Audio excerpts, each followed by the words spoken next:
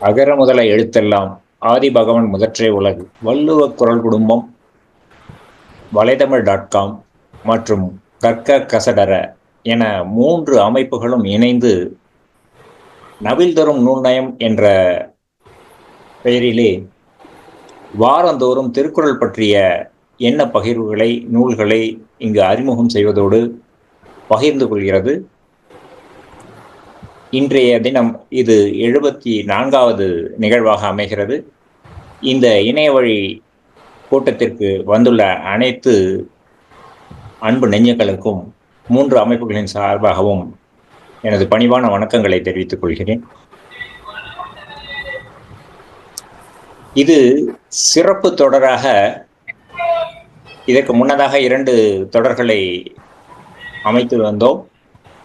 முதலாவதாக பேராசிரியர் அரங்க ராமலிங்கம் ஐயா அவர்களின் திருக்குறள் களஞ்சியம் பற்றிய 10 தொகுதிகளை 12 நிகழ்வுகளில் நடத்தினோம். அதைத் தொடர்ந்து மற்றொரு சிறப்பு தொடராக வள்ளுவம் என்ற நூலின் 12 அத்தியாயங்களை 13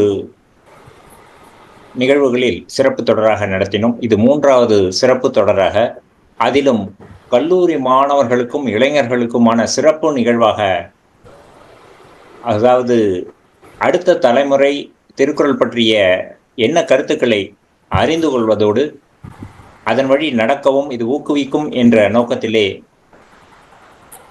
இந்த சிறப்பு தொடரை திரு சீரா ஐயா அவர்கள் தொடங்கினார்கள்.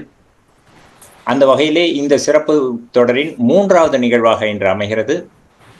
இன்று இடம்பெறப்போகும் அறிமுக நூல் முத்தமிழ் காவலர் கியாபே விஸ்வநாதம் ஐயா. இந்த சிறப்பு தொடரின் அனைத்து நிகழ்வுகளுமே ஐயா எழுதிய நூல்களாகவே அமையும். அதில் இன்று அறிமுகம் செய்ய இருக்கக்கூடிய நூல் ஐயா எழுதிய 5 செல்வங்கள். இந்த நூலை பற்றிய அறிமுகமோ அல்லது நயவுரையோ நமக்கு வழங்க வந்துள்ளவர் கல்லூரி மாணவர் திரு அருள் டேவிட் அவர்கள். அவர்கள் கணினி அறிவியல் மாணவராக இருந்தாலும் தமிழில் மிக்க ஆர்வலராக உள்ளார் என்பதை அறிந்தோம். அந்த வகையிலே இன்று அவருக்கான சிறப்பான வாய்ப்பு கிடைத்துள்ளது. அவரை 3 அமைப்புகளின் சார்பாகவும் வருக வருக என வரவேற்று வாழ்த்துகிறோம். அதனைத் தொடர்ந்து ஐயா முத்தமிழ் காவலரின் மகள் திருமதி கியாபே மணிமேகலை கண்ணன் அவர்கள் நம்முடன் இணைந்துள்ளார்கள்.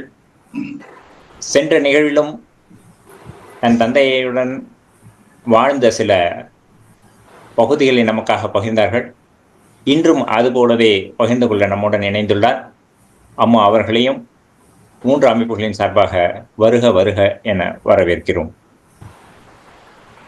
நயவரையாளரோ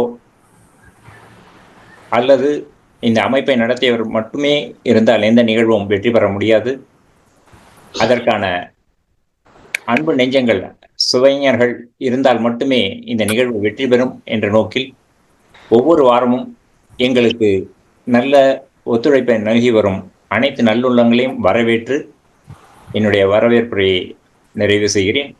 இன்றைய நயவுரையாளர் திரு அருள் டேவிட் பற்றிய அறிமுகத்தை திரு பொன்னியின் செல்வன் ஐயா அவர்கள் பகிர்வார்கள். நன்றி. அதுக்கு முன்னால கதிரவன் ஒரு அறிவிப்பு, சிறு அறிவிப்பு. கதிரவன் அவையோருக்கு ஒரு அறிவிப்பு.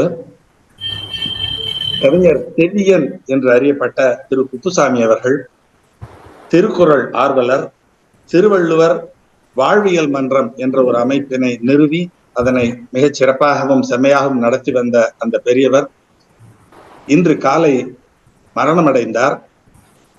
நமது அவருடைய மருமகன் இளங்கோவன் என்பவரும் நம்முடன் தொடர்பில் இருக்கக்கூடியவர் தான். நமது வலைத்தமிழ் பார்த்தசாரதி ஐயா, சீரா அவர்கள் ஆகியோருடன் தொடர்பில் இருக்கக்கூடியவர்.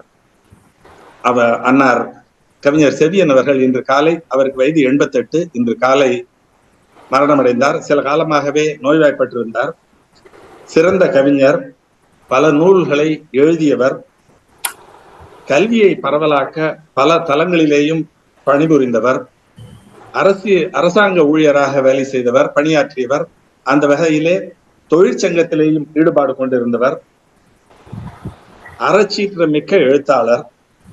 அவர் மறைவு பெரும் இழப்பாகும் நமக்கெல்லாம். பாடத்திட்டத்திலே தமிழை கொண்டு வர வேண்டும் என்பதற்காக பல்வேறு முயற்சிகளை ஐயா சிஆர் அவர்களுடனும் இன்னும் பலருடனும் இணைந்து மேற்கொண்டவர். அவர் இன்று மரணமடைந்தார். நாளை காலை அவரது உடல் இறுதிச் சடங்குகள் நாளை அவரது சிற்றூரான ஆம்பலாம்பட்டு என்கின்ற ஊர் பட்டுக்கோட்டை அருகிலே இருக்கிறது. அந்த ஊரில் நடைபெற இருக்கிறது. அவருக்காக நாம் 1 நிமிட நேரம் மௌன அஞ்சலியை செலுத்திவிட்டு அதன் பின்னர் நிகழ்ச்சியை தொடரலாம் என்று நினைக்கிறேன். 1 நிமிடம் நாம் அமைதி காப்போம்.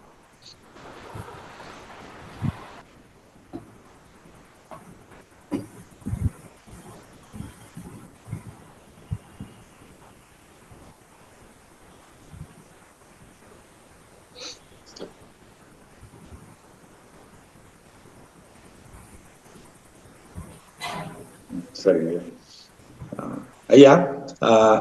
ஐயா சிஆர் அவர்கள் கவிஞர் செவியனுடன் நெருங்கிய தொடர்பில் இருந்தவர்.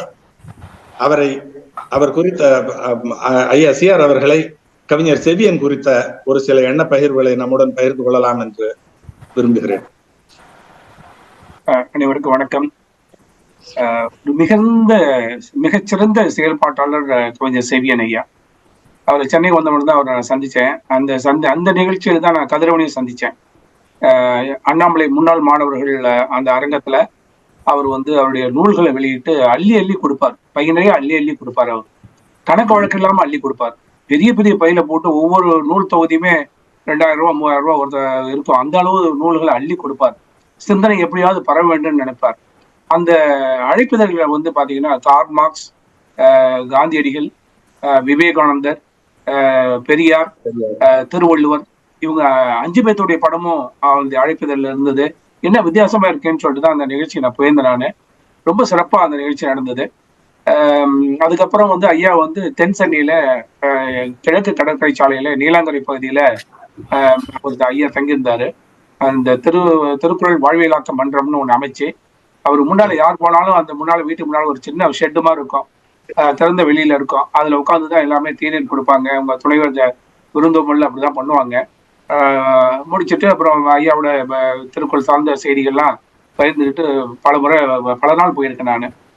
2017 இருந்து ஐயாவை எனக்கு தெரியும். எனக்கு அது என்னன்னா உலக திருக்குறள் கூட்டமைப்புன்னு ஒண்ணு உருவாக்கணும் அப்படிங்கிறதுல ரொம்ப முனைப்போ செயல்பட்டோம். அதுல எல்லாத்தையும் ஒன்னா சேர்த்துடணும், எல்லா சங்கங்களையும் ஒன்னா சேர்க்கணும் பெருமுயற்சி எடுத்து அதன் விளைவாக தான் சேகர் கிட்டத்தட்ட ஒரு 400 அமைப்புகளை ஒன்னா சேர்த்து அது நடந்துட்டு இருக்குது. இப்ப 400 அமைப்புகள் அதுல இருக்காங்க. அதுல செவியன் அதுல ரொம்ப ஆர்வம் காட்டினாரு. அது இல்லாம தான் பிறந்த கிராமமான அந்த ஆம்பலாப்பட்டுங்கிற கிராமத்துல அப்ப சொன்னாரு, என்கிட்ட ஞாபகம் இருக்குது, நல்லா ஞாபகம் இருக்கு, 30 லட்சம் ரூபாய்க்கு மேல போட்டு ஒரு அறக்கட்டளை ஏற்படுத்தி அங்க பள்ளியில படிக்கக்கூடிய மாணவர்களுக்கும் அந்த கிராமத்தை சார்ந்த மாணவர்களுக்கு மேல் படிப்புக்காகவும் ஐயா கொடுத்துட்டு இருந்தார். அவர் என்ன சொன்னாருன்னா, இதை இன்கம் டாக்ஸ்ல போயிட்டு கொடுத்துட்டாங்க. அந்த எக்ஸம்ஷன் வாங்கும்போது, அந்த வரி விலக்கு வாங்கும்போது அவங்க கேட்டாங்க, என்னங்க 1 பைசா கூட நீங்க மற்ற செலவுகள் காமிக்கலையே, எல்லாமே மாணவர்களுக்கு கொடுத்ததானே காமிச்சிருக்கீங்க அப்படின்னு சொல்லி எங்களை கேட்டாங்க. வேறு எதுக்குமே இதுல இருந்து நாங்க பணத்தை எடுக்கவே மாட்டோம், மாணவர்களுக்கு மட்டும்தான், மாணவர் நலனுக்காக மட்டும்தான் இந்த தொகையை செலவு பண்ணணும்னு சொன்னாரு. ஐயாவுடைய பெரும் கனவு என்னன்னா, வள்ளுவம் பரவ வேண்டும், இந்த மண்ணில் ஜாதி மத பேதம் இல்லாமல், ஏற்றத்தாழ்வுகள் இல்லாமல் ஒரு சமதர்ம சமுதாயம் நாம் காண வேண்டும். பணத்துல சமதர்ம சமுதாயம் ரொம்ப கஷ்டம், ஆனா குணத்துல ஒரு சமதர்ம சமுதாயம் ரொம்ப நம்மால் அடையக்கூடியது. ஐயா அதுக்காக தான் ரொம்ப பாடுபட்டு இருந்தார். அது இதெல்லாம் நடக்கலைன்னு அவருக்கு ரொம்ப ஏக்கம் இருக்கு. அதனால தன்னுடைய வாழ்க்கை வரலாற்றை ஒரு தோற்று போனவனின் கதை அப்படின்னு எழுதியிருந்தார். நான் கூட கேட்டேன், என்னங்கய்யா இப்படி எழுதிருக்கீங்க, நீங்க எவ்வளவோ பண்ணிட்டீங்களே, நீங்க அவங்கவுங்களும் காலகட்டத்துல பண்ணிட்டு தான் இருக்காங்க, அடுத்து வர்றவங்க எல்லாம் பாத்துக்குவாங்க, அதனால நீங்க உங்க பங்கை நீங்க ஆற்றிட்டீங்க, நான் அடுத்து வரவங்க அவங்க பங்கு ஆற்றுவாங்க. 2000 ஆண்டுகள் ஆச்சு, வள்ளுவர் அப்படியா தோற்று போனவன்னு நினைப்பாரு, நீங்க அப்படி நினைக்காதீங்கயா அப்படின்னு. இல்ல தம்பி, ஒரு ஆதங்கம் தான், வள்ளுவம் நம்ம நினைச்ச அளவு வேகமா போலியே அப்படின்னு சொல்லி சொன்னாரு. ஆனா இப்ப இந்த நிகழ்வு இளைஞர்களை வச்சு நம்ம நடத்திட்டு இருக்கோம். ஐயா ரொம்ப அவருடைய ஆன்மா கண்டிப்பா நம்மளை ஆசீர்வதிக்கும்.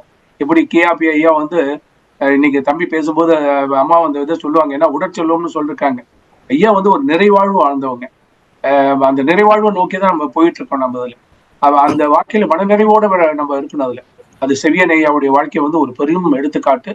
அவருக்கு இந்த நேரத்தில் நம்ம அஞ்சலி செலுத்துவதில் வள்ளுவர் குரல் குடும்பம், தர்க்க கசடர, வலைத்தமிழ் 3 அமைப்புகளும் அதை சார்ந்தவர்களும் இன்னும் இருக்கவங்க அத்தனை பேரும் சார்பாக இந்த குடும்பத்துக்கு ஆழ்ந்த இரங்கலை தெரிவித்துக் கொண்டு நம் நிகழ்ச்சியை மேற்கொண்டு தொடரலாம். நன்றி, வணக்கம். திரு பொன்னியின் செல்வன். நன்றிங்க. பெரும் ஆளுமை நம்மோடு அறிமுகப்படுத்தி இருக்கிறீர்கள். செவியன் ஐயா இல்லாத பெரும் இழப்பு தான். திருக்குறள் நண்பர்களுக்கு இன்று நம்ம 74வது நிகழ்வு இருக்கிறோம். அதே கொஞ்சம் சிஸ்டம் வந்து கொஞ்சம் ஸ்லோவாக இருக்கும். இன்று நம்ம 74வது நிகழ்வு இருக்கிறோம். கியாபே அவர்கள் குறித்த சிறப்பு, அவர்களுடைய குரல் குறித்த சிறப்பு வரை இளைஞர்களை முன்னெடுத்து செல்ல வேண்டும் என்ற சீராயருடைய கனவை நாம் நினைவாக்கி கொண்டிருக்கிறோம். இன்று நம்மிடையே பேசியிருப்பவர் திரு அருள் டேவிட் அவர்கள். தூத்துக்குடி மாவட்டத்தை சார்ந்தவர். கோவில்பட்டி ஊர் அவருடைய சொந்த ஊர். சாத்தூரில் இருக்கக்கூடிய ஸ்ரீ எஸ் ராமசாமி நாயுடு 2ஆம் ஆண்டு கணிப்பொறியியல் பயின்று வருகிறார். கணிப்பொறியில் அவருடைய துறையாக இருந்தாலும் தமிழில் பேரார்வம் கொண்டவர். கம்பராமாயண ஆர்வலராக அறியப்படுகிறார். கோவில்பட்டி கம்பன் கழக மாணவராக தன்னை சொல்லிக் கொள்கிறார். திருவள்ளுவர் கழகங்களிலும் தொடர்ந்து பணியாற்றி வருகிறார். கவிதை மற்றும் கவிஞர்கள் மீது மிகுந்த ஈடுபாடு கொண்டவர். குறிப்பாக கண்ணதாசனின் காதலனாக தன்னை அடையாளப்படுத்துகிறார். வருங்காலத்தில் ஒரு பாடல் ஆசிரியராக வர வேண்டும் என்ற எண்ணம் கொண்டுள்ள இவர் இளங்கவிஞராகவும் தென்படுகிறார். அவரை வணங்கி வரவேற்று 5 செல்வங்களாக முத்தமிழ் காவல் கியாபே அவர்கள் சொல்லுபவை நயமுறை விளக்கும்படி வேண்டுகிறேன். வருக அருள் டேவிட். அனைவருக்கும் வணக்கம். நான் இப்பொழுதுதான் அந்த கதிரவன் சாரினுடைய வதனத்தை இந்த பதிவுல தான் நேரில் பாக்குறேன். ஏன்னா எதுக்கு சொல்றேன்னா, நேத்துதான் நான் அவரோட தொடர்பு கொண்ட உடனே அவர் என்னைய வரவேற்ற விதம் எப்படின்னா, தம்பி சொல்லுங்க, சௌக்கியமா, நல்லா இருக்கீங்களான்னு. நான் அவரை முன்ன பின்ன பார்த்ததில்லை, பேசினதில்ல. அவருடைய உயரத்திற்கு நான் ஒரு சிறுகள் கூட கிடையாது. ஆனாலும் ஒரு நட்புத்துவமாக, ஒரு குடும்ப உறுப்பினராக, ஒரு உறவினராக என்னை மதித்து அவர் மூலியமா தான் இங்க பேசுறேன். அவர் தான் எனக்கு வாய்ப்பு கொடுத்திருக்காரு. அதனால் அவர்களுக்கும் அவையில் வீற்றிருக்கின்ற அனைத்து அரிய பெருமக்களுக்கும் நன்றிகளை கூறி துவங்குகிறேன். அந்த பட்டியலை எனக்கு அனுப்பிய உடனே நான் முதலாக என் கண்ணுக்கு பட்டதே இந்த 5 செல்வங்கள் என்ற நூல் தான். இதை நான் ஃபர்ஸ்ட் படித்தேன். படிச்ச உடனே இது என்னடா பெரிய பெரிய இலக்கியங்கள், அதையெல்லாம் ரொம்ப புரியாத வகையில காட்டல, பாமரனுக்கும் புரியாத வகையில காட்டல, எல்லாமே நம்மளுடைய வாழ்க்கை நடைமுறையை சுற்றியே உள்ளது என்று நான் பார்த்து மிகவும் வியந்து போனேன். அதனால்தான் எல்லாமே ஒரு இலக்கியவாதிக்கான பெருமை என்னவென்று கேட்டால், தன்னுடைய படைப்பு கடைசி பாமரனுக்கும் சென்று சேரத்தக்க வகையில் இருந்தால்தான் அந்த இலக்கியவாதியினுடைய பயணமானது நிறைவுறுகிறது என்று கூறுவார்கள். அதனால்தான் பழங்காலத்துல பாத்தீங்கன்னா, மாட்டு வண்டி போகாத இடத்துக்கும் கண்ணதாசன், பட்டுக்கோட்டை முதலானவர்களின் பாட்டு வண்டி சென்றதாக கூறுவார்கள். 2வது மகா யுத்தம் நடக்கின்ற சமயம், அந்த சமயத்துல என்ன கிருஷ்ணன் ஒரு பாட்டு வரி, தஞ்சை ராமையாதாஸ் எழுதிய ஒரு பாடல் வரியை ரொம்பவும் புகழ்ந்தாரு. இது என்னையா 1330 குரலை விட சிறந்த பாட்டுன்னு பாராட்டினாரு. அது என்னதுன்னா, நீங்களே பாப்பீங்க, ஒரு ஜான் வயிறே இல்லாட்டா இந்த உலகத்தில் ஏது கலாட்டா, உணவு பஞ்சமே வராட்டா நம்ம உயிரை வாங்குமா பொரோட்டான்னு அன்றைய அடித்தட்டு மக்களின் வாழ்க்கையை நேரடியாக பிரதிபலிக்கின்ற பாடலாக இருந்ததனால் மக்களிடம் அவ்வளவு வரவேற்பு பெற்றது. இதை கண்ணதாசன் வாலியிடம் பார்க்கலாம். கண்ணதாசனை விட வாலியிடம் ஒருபடி அதிகமாகவே பார்க்கலாம். வாலி எம்ஜிஆர்களுக்கு பாடல் எல்லாம் எப்படி பாமரர்களுக்கும் புரியத்தக்க வகையில் இருக்கும் என்றால், புத்தன் இயேசு காந்தி பிறந்தது எதற்காக, எல்லாம் நமக்காக எல்லாம் மேலோட்டமா இருந்திருக்கும். ஆனா கண்ணதாசன் ஒரு சில இடத்தில் உள்ளே சென்றுவாரு. அந்த பேசுவது கிளியா, பெண்ணரசி மொழியா, கோயில் கொண்ட சிலையா, கொத்துமலர் கொடியா, இவன் சேரனுக்கு உறவா, செந்தமிழன் நிலவான், அந்த சேரனுக்கு உறவுன்றது அந்த பாடல் வரி எப்படி சேரனுக்கு உறவா இருப்பாரோ செந்தமிழன் நிறவா இருப்பான்ற அது இல்ல. எம்ஜிஆர் பிறப்பால் ஒரு மலையாளிகள் இருக்கின்ற இடம் கேரளா. கேரளா ஒரு சேர நாடு, இவன் சேரனுக்கு உறவு, ஆனால் செந்தமிரின் இரவை வெளிச்சமாக்குகின்ற நிலவாக இருக்கிறாரே என்று எழுதியிருக்கிறார். அதுபோல இந்த பாமரர்களுக்கு புரியத்தக்க வகையில் எழுதியிருக்கின்றதில் இந்த நம்ம கியாபே ஐயா அவர்களுக்கும் தனி ஒரு அரியாசனத்தில் வீற்றிருக்கிறார் என்பது முக்கியமானது. இதில் 5 செல்வங்கள்னு குறிப்பிட்டிருக்காரு அவருடைய தலைப்பிலேயே. நான் சொல்றேன், மனிதனால் உருவாக்கப்பட்டதுதான் பொன் பொருள் ஆகிய செல்வங்கள். இதில் ஐயா அவர்கள் மறைமுகமாக எதை குறிப்பிடுகிறார்கள் என்றால், மனிதனால் உருவாக்கப்பட்டவை செல்வங்கள் அல்ல, மனிதனுக்காக உருவாக்கப்பட்டவைதான் செல்வங்கள் என்று குறிப்பிடுகிறார். அது எப்படின்னா, பொன் பொருள் மாட மாளிகைகள் மனிதனால் உருவாக்கப்பட்டது. தாய், சிந்தனை, இதயம், உறவினர்கள், உன்னுடைய நண்பர்கள், சுற்றம் அனைத்தும் உனக்காக உருவாக்கப்பட்டது. நீ பொன் பொருளை கொண்டிருந்தால், இது நீ கொண்டிருக்கின்ற பொன் பொருள்கள் செல்வம் அல்ல, நீ இந்த சிந்தனைகளையும் தாயையும் உடற்செல்வத்தையும் திருச்செல்வத்தையும் பெற்றிருந்தால் தான் அது உண்மையான செல்வங்கள் என்று 5 செல்வத்தையும் பிரதியிட்டு காட்டுகிறார். நான் இப்பொழுது 5 செல்வத்திலே தான் துவங்கவிருக்கிறேன். 5 செல்வத்தில் முதல் செல்வமாக நான் எடுத்துக்கொண்டது தாய் செல்வம். அப்துல் கலாம் ஐயா அவர்களிடம் கேட்கிறார்கள், ஒரு சாதாரண கிராமத்தில் பிறந்துவிட்டு இவ்வளவு பெரிய மனிதராக தங்களால் எப்படி உயர முடிந்தது என்று கேட்கின்ற பொழுது ஒரே வார்த்தையில் பதிலளிக்கிறார், தாய் என்று. அதே போல தாய் செல்வங்கள் பல வகைப்படும். அவை முறையே மனைவி, மக்கள், தாய், நெல், நீர், நிலம், கால்நடை, கேள்வி, அறிவு, ஒழுக்கம், வலிமை, பொன், பொருள், போகம் என 16 வகைப்படும். இன்னைக்கு கூட 16 பெற்று பெருவாழ்வு வாழ்க என்று கூறுவாங்க. அது 16 பிள்ளைகள் என்று இன்றைய தலைமுறையானது நினைத்து கொண்டுள்ளது. ஆனால் இந்த ஒவ்வொரு செல்வங்களான தாய், நெல், நீர், நிலம், கால்நடை போன்ற இந்த செல்வங்களைத்தான் 16 செல்வங்களும் பெற்று வாழ வேண்டும் என்று கூறுகிறது. இந்த 16 ஒரு செல்வம் தான் தாய் செல்வமாகும். அந்த தாயை அறிந்திருப்பீர்கள், ஆனால் உண்மையாக தாய் யார் என்பதை அறிந்திருக்க வாய்ப்பே இல்லை. என்றால் உலகிலேயே நாம் தமிழ் சமுதாயம் அறியப்பட்ட சிறந்த 2 துறவிகளானவர் யார் என்றால், ஒன்று இளங்கோவடிகள், மற்றொன்று பட்டினத்தடிகள். இளங்கோவடிகள் அனைத்தையும் கைவிட முடிந்தவரால் தமிழை விட முடியவில்லை. அதே போலதான் பட்டினத்தாரும் அனைத்தையும், பொன் பொருள் அனைத்தையும் தூக்கி எறிந்தார், தாயை அவரால் தூக்கி எறிய முடியவில்லையே. எந்த பூம்புகார் பட்டினத்திலே தங்க தேரினிலே வலம் வந்தாரோ, அதை அனைத்தையும் காதருந்த ஊசியும் வாராதுகான் கடைவழிக்கே என்ற ஒற்றை வரி தந்த ஞானத்தால் அனைத்தையும் தூக்கி எறிந்துவிட்டு கோமணத்தோடு வீட்டை விட்டு வெளியேறுகிறார். தன்னுடைய மனைவி வந்து மறுக்கிறார், கேட்கவே இல்லை, கண்டுக்கவே இல்லை. தன்னுடைய தாய் வந்து மறுக்கிறாள், நீ போயிட்டா எனக்கு அந்திம கிரியை செய்யக்கூட ஆள் இல்லையாடா, இப்படி போறையாடான்னு பட்டினத்தாரை பார்த்து கேட்ட உடனே, தாயே துறவுக்கோலம் பூண்டேன், அனைத்தையும் உதறி எறிந்தேன், நான் வந்ததே உன்னால், உன்னை என்னால் தூக்கி எறிய முடியாது, உனக்கு அந்திம கிரியை செய்யாமல் இந்த ஊரை விட்டு போமாட்டேன் என்று எந்த நகர்ல பொன்னாலான தேரில் வலம் வந்தாரோ அதே நகரில் பிச்சை எடுத்து வாழ்கிறார். அந்த தாய் இறந்து விட்டார் என்று மற்றவர் சொல்லி அவருக்கு தெரியவில்லை. அவருடைய ஞான திருஷ்டியில அறிந்து போய் சென்று தன்னுடைய தாயினுடைய உடம்பை எடுத்து பச்சை வாழை மட்டையில இட்டு 10 பாடல்கள் உருகி உருகி பாடுகிறார்.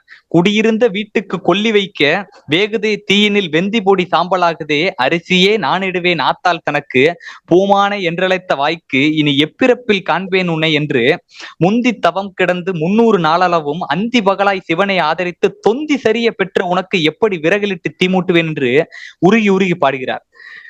துறவு என்றாலே அனைத்தையும் தூக்கி எறிவதுதானே, ஆனால் தாயை தூக்கி எறிய முடியவில்லையே. அன்னையும் பிதாவும் முன்னறி தெய்வம் என்பது ஔவையின் வாக்கு. மனிதன் தன் கண் முன்னதாகவே அறியப்படுகின்ற கடவுள் தாயை தவிர வேறு எதுவுமே இருக்க முடியாது. தெய்வம் மட்டுமல்ல, கோயிலும் கூடத்தான் என்பதை தாயிற் சிறந்ததோர் கோவிலும் இல்லை, தந்தை சொல்மிக்க மந்திரம் இல்லை, 1000 உறவில் பெருமைகள் இல்லை, அன்னை தந்தையே அன்பின் இல்லை என்று கூறுகிறது. இந்த கியாபே ஐயா அவர்கள் தாயையும் மகனையும் எப்படி ஒப்பிடுகிறார்கள் என்றால், எத்தகைய துன்பம் வந்தாலும் சான்றோர்கள் பழிக்கின்ற தீச்செயலை ஒருபோதும் செய்யலாகாது, அது நம் தமிழ் குடிகளின் பண்பு என்று கூறுகிறார். இன்றால் பசிக்காண்பால் ஆயினும் செயற்க சான்றோரும் பழிக்கும் இணைந்து. இங்கு எதுக்கு சான்றோர்களுடைய செயலையும் ஈன்றவனுடைய பசியையும் ஒப்பிட்டு கூறுகிறார் என்றால், ஒரு ஆண்மகனாக பிறந்துவிட்டு தன்னுடைய தாய் பசித்திருப்பதை கண்பதை தவிர வேறு ஒரு மிகப்பெரிய அவமானம் இவ்வுலகில் இல்லை என்பதை தான் கூறுகிறார். இதை நான் நேரடியாவே பார்த்தேன். எங்க சொந்த வீட்டிலேயே எங்க பாட்டி வந்து கேக்குறாங்க, மதிய வெயில், நல்ல வெயில், நானும் எங்க அப்பா எல்லாம் வீட்டுக்குள்ள உட்காந்துக்கிட்டு இருக்கோம். எங்க பாட்டிக்கு நடக்க முடியாம வந்து எங்க அப்பா கிட்ட கேக்குறாங்க, டேய் சாப்பாடு எடுத்துட்டு வாடான்னு. ஏமா இன்னொரு வீடு 2 தெரு தள்ளி இருக்கிறதால நீ போய் அங்க வாங்கிக்க வேண்டியதானு வெயில் அலுப்பில் அவர் கூறி விடுகிறார். கூறிவிட்ட உடனே எங்க தாய் வந்து பாட்டி எதுவுமே கேட்கல, சும்மா போயிட்டாங்க. ஆனால் அடுத்த 2 நிமிடத்தில் என் தந்தை என்ன நினைத்திருப்பாரோ தெரியவில்லை. உனக்கு பசிக்கிறது என்று சொல்லிவிட்டேடம் என்று சூடு வைத்தது போன்று எழுந்து வேமா பிடி அன்னம் கொண்டு வரார். ஆக ஒரு ஆண்மகனுக்கு அவனே பொறுக்க நினைத்தாலும் அவனுடைய தாயினுடைய பசியை பொறுக்க முடியாது என்று கூறிவிட்டார். இதிலிருந்து மக்கள் படுகின்ற துன்பங்கள் எல்லாவற்றிலும் தலை சிறந்தது தாயின் பசிதான் என்பது, பெற்ற வயிறு பசிக்க காண்பது பிறந்த மகனுக்கு பெரிய இழிவு என்று குறிப்பிடுகிறார். தாயின் தன்மையை எக்குற்றத்தையும் பொறுத்து கொள்ளும் இயல்புடையதாகும். பிள்ளையை வெறுக்கும் குணம் தாய்க்கு வந்தாலும் தந்தைக்கு வந்தாலும் தாய்க்கு வரவே வராது. ஊரெல்லாம் தூற்றும் உங்களுடைய பிள்ளை கெட்டவன் கெட்டவன் என்று. உங்களுடைய பிள்ளை அங்க போய் திருடிட்டான் செஞ்சிட்டான்னு. ஆனால் தாய் ஒப்புக்கொள்ளவே மாட்டாள். திருட்டு பிள்ளைகளோடு சேர்ந்ததால் அவன் போய் திருடினான் என்று. உங்கள் மகன் விலை மாதரிடம் செல்கிறான் என்று கூறுவார்கள் ஊரே. சேராத இடம் சேர்ந்ததால் அவனும் கெட்டு போய்விட்டான் என்றுதான் கூறுவார்கள். தான் பெற்ற மகன் சூதாடுவதற்கு பொருள் கேட்கிறான். அவன் கேட்கிறான் என்று தெரிந்தும் விருப்பத்திற்கு மாறாக அவள் நடப்பதில்லை, கொடுத்து விடுவாள். அவனை எப்படி அந்த சூதாட்டத்திலிருந்து வெளியே கொண்டு வருவது என்பதுதான் பார்ப்பாள். அப்பேற்பட்ட மகனே தாயினுடைய வயிற்றில் எட்டி உதைக்கும் போது கூட அந்த தாய் சந்தோஷப்படுவாள். என்னுடைய மகன் எவ்வளவு பலசாலியாக மாறிவிட்டான், முடியாமல் உதைத்தான் வயிற்றுக்குள்ளே, ஆனால் இப்பொழுது எவ்வளவு பலமாக உதைக்கிறான், எனக்கே வலிக்கிறதே என்று சந்தோஷப்படுவார். அந்த தாயினுடைய பெருமையை கூறத்தக்க வகையிலேயே ராவ் பகதூர் சம்பத் முதலியார் அவர்கள் மனோகரன் என்ற ஒரு நாடகத்தை எழுதியிருந்தார். அந்த நாடகத்தின் உயிரோட்டம் எல்லாம் ஒன்றே, தன்னை பழித்தவன் தந்தையாய் இருந்தாலும் விடாதே, தாயாய் இருந்தாலும் விடாதே, ஆனால் தாய் தடுத்தால் விட்டுவிடு என்பது. இங்கு தாய் தடுத்தால் விட்டுவிடு என்பது ஒரு வீரனை யார் தடுக்க முடியும்? மிகப்பெரிய வில்லாளிகள், வீரதீர சூரர்கள் தான் தடுக்க முடியும்.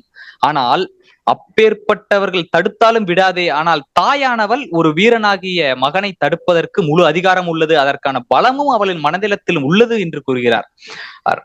அந்த நாடகத்தினுடைய சிறப்பு என்னவென்றால், அந்நாடகம் மக்களுக்கு நன்றி அறிவிக்கிறது. அக்கதையை எழுதுவதற்கென்றே பிறந்தவர் தான் சம்பத் முதலியார் என்பதும், மனோகரனாக நடிப்பதற்காகவே பிறந்தவர் தான் சண்முகம் என்றும், KR ராமசாமி என்பதையும், அந்நாடகத்தை பார்த்து மகிழ்வதற்காகவே பிறவியில் ஜனனம் எடுத்தோம் என்று நாம் நினைக்கின்ற அளவில் அந்த பாடலானது இருக்கின்றது. அனைத்திற்கு மேலே புரட்சி கவிஞர் பாரதிதாசன் அவர்கள் ஒருபடி மேலே சென்று இந்த நாடகத்தை தழுவிய ஒரு வரியை கூறியிருப்பார். தன்னை பழித்தவனை தாய் தடுத்தால் விட்டுவிடு, தமிழை படித்தவனை தாய் தடுத்தாலும் விட்டுவிடாதே என்பது. ஒரு வீர மகனை தடுத்து நிற்கும் ஆற்றல் எத்தகைய வீரனுக்கும் இல்லை. தமிழை பழித்து விட்டானா அவனை கொன்று தீர்த்து விடு என்றுதான் கூறுகிறது இந்த நூலே.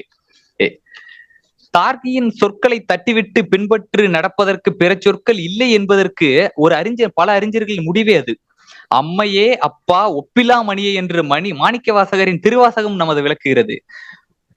ஒரு குழந்தை அம்மா என்று ஒரு தாயை அழைத்து விட்டால் அந்த தாயின் உள்ளமானது எவ்வளவு பெரிய கஷ்டங்களை உதறி இருந்ததாக கூடும். அந்த பைபிளில் கூட ஒரு வாக்கியத்தை குறிப்பிடுவார்கள். இந்த உலகில் ஒரு காலத்தில் இந்த உலகமானது அழியும், அப்பொழுது 1000 ஆண்டுகள் ஆட்சியானது நடக்கும், அந்த ஆட்சியில் 3/1 பங்கு மக்கள் தான் உயிரோடு இருப்பார்கள் என்பது. அதற்கு அடுத்த வரியில் என்ன குறிப்பிடப்பட்டிருக்கின்றது என்றால், அந்த 3/1 பங்கு மக்களில் யாரெல்லாம் பேறு பெற்றவர்கள் என்று கூறினால், பிள்ளை பெறாத மலடிகள் பேறு பெற்றோர் என்று. எதற்காக வென்றால், பிள்ளையை பெற்றுவிட்டு தன்னை ஒரு மகன் அம்மா என்று அழைத்து விட்டால் எப்பேற்பட்ட குணமும் இறங்கிவிடு என்பதுதான் உண்மை. அதனால்தான் தம்பி உனக்கு தாய் உண்டா என்று கியாப்பே கேட்கிறார்.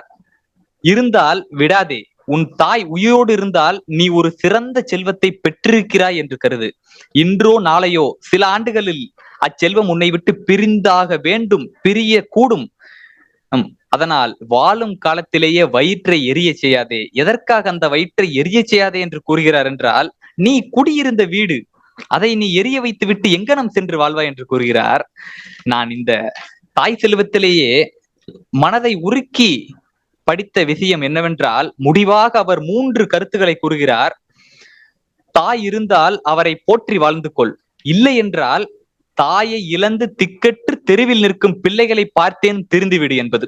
அடுத்து, உனக்கு ஒரு மொழி இருந்தால் அதனை வளர்த்து வாழ், என்றேல் தமிழ் மொழியை தன் மொழியை இறந்துபட செய்து பிறர் மொழிகளை கலந்து குளர் பேசி வாழும் மக்களை பார்த்தாவது திரும்புது என்பது. இங்கு நம்ம பிற மொழிகளை பார்த்து திருந்த வேண்டும் என்று தேவையில்லை. ஏனென்றால் கியாப்பே ஐயா அவர்கள் எழுதியது 1950ற்கு முற்பட்ட காலகட்டங்களில். அன்று தமிழில் பிற மொழி சொற்கள் அவ்வளவாக கலந்துபடவில்லை. இன்று 15,000த்திற்கும் மேற்பட்ட சொற்கள் தமிழில் 2.5 கலந்து விட்டன என்று கூறுகிறது. அது இன்றைய இருக்கும் தலைமுறைகளில் ஆங்கில வார்த்தையை கூறி இது தமிழ் வார்த்தையா இல்லை ஆங்கில வார்த்தையா என்று கேட்டால் அது கூட தெரியாது என்று கூறுவேன். அதனால் ஐயா அவர்களின் கூற்றை நாம் மாற்ற வேண்டும் என்றால் நம்முடைய இந்த கால தலைமுறையின் மொழியை பார்த்தே நாம் பழைய கால மொழியை ஞாபகம் வைத்துக் கொண்டு தெரிந்து கொள்ளுங்கள். அது அடுத்ததாக, உனக்கென்று ஒரு நாடு இருந்தால் அந்த நாட்டை காப்பாற்றி வாழ், இன்றேல் நாடற்று நாடோடிகளாய் தெரியும் மக்களையானும் பார்த்து திருந்து என்பது. இங்கு நாம் வளர்த்த பெண்ணையும் தாய் என்றுதான் கூறுகிறோம், நம் பேசும் மொழியையும் தாய்மொழி என்றுதான் கூறுகிறோம், வாழ்ந்தும் நாடையும் தாய்மொழி நாடு என்றுதான் கூறுகிறோம். இந்த 3ம் வாழ்ந்து விட்டால் உன்னால் வாழ முடியாது. அதனால் இந்த 3ஐயும் கருத்தாக நினைத்து வாழ்ந்து கொள் என்று தாய் செல்வத்தை கியாப்பே முடிக்கிறார். அடுத்ததாக நாம் பார்க்கவிருப்பது சிந்தனை செல்வம். இந்த சிந்தனை செல்வத்திலேயே ஒரு மனிதன் சிந்திக்க எது முதற்படியாக இருக்கிறது என்றால் கண்கள். அந்த கண்கள் இல்லை என்றால் மனிதனுடைய பிற்கால வாழ்க்கை முழுவதுமாக மாறியிருக்கும் என்பது உண்மை. இதிகாசங்களும் அதுதான் கூறுகின்றன, பல காப்பியங்களும் அதுதான் கூறுகின்றன. கண்களால் வருவது எது? ஆசை. அதனால் தான் கண்ணதாசனை ஒரு பாடலில் குறிப்பிட்டிருப்பார், கண்களின் தண்டனை காட்சி வழி, காட்சியின் தண்டனை காதல் வழி, காதலின் தண்டனை கடவுள் வழி, அனைத்தையும் கொடுக்கும் கடவுளை தண்டிக்க என்ன வழி என்று குறிப்பிட்டார். அப்பேற்பட்ட கண்களை பற்றியே அந்த கண்களை சிந்தனையோடு ஒப்பிட்டு கூறியிருக்கின்றார் நம் கியாப்பே அவர்கள். ஒரு தம்பி இருக்கிறார், அந்த தம்பியானது அண்ணனிடம் கேட்கிறார்கள், அண்ணா கண்களை இந்த கண்களானது எவ்வளவு முக்கியம் என்று. அதற்கு அந்த அண்ணன் கூறுகிறார், சரி நான் அதற்கு சொல்கிறேன், உனக்கு கண்கள் இருக்கிறதல்லவா, அந்த கண்கள் எதற்காக இருக்கிறது என்று கேட்டான் அண்ணன். அதற்கு தம்பி பதில் கூறினான், அண்ணா பார்ப்பதற்காக இருக்கிறது. அதற்கு அண்ணன், தம்பி விலங்கு பறவைகள் முதலான கண்களும் பார்ப்பதற்காகத்தான் இருக்கிறது, நான் சிந்திக்க சொல்லியது மக்களின் கண்களை அல்லவா, அதனால் மக்களின் கண்கள் எதற்கு இருக்கிறது என்று கேட்டவுடனே தம்பி எல்லா உறுப்புகளும் அழகாக தம்பி அனைத்து உறுப்புகளையும் நாம் கண்களையும் சுற்றி இருக்கின்ற இயற்கை காட்சிகளை காணவும் தான் கண்கள் இருக்கிறது என்று கூறினார். எல்லா உறுப்புகளும் அழகாகத்தான் இருக்கின்றன, அதற்கு மேலே சிந்தனை செய், சிந்தனை உனக்கு எவ்வளவு பெறுகிறது என்று பார்ப்போம் என்று ஒரு பொருளை குறித்தே மீண்டும் மீண்டும் சிந்திக்க சொல்கிறார். அப்படி கேட்கையிலே, அண்ணா படிப்பதற்காக இருக்கிறது, ஓவிய காட்சிகளை இயற்கை காட்சிகளை கண்டு மகிழ்வதற்காகத்தான் கண்கள் இருக்கின்றன என்று தம்பி பதில் கூறுகிறார்.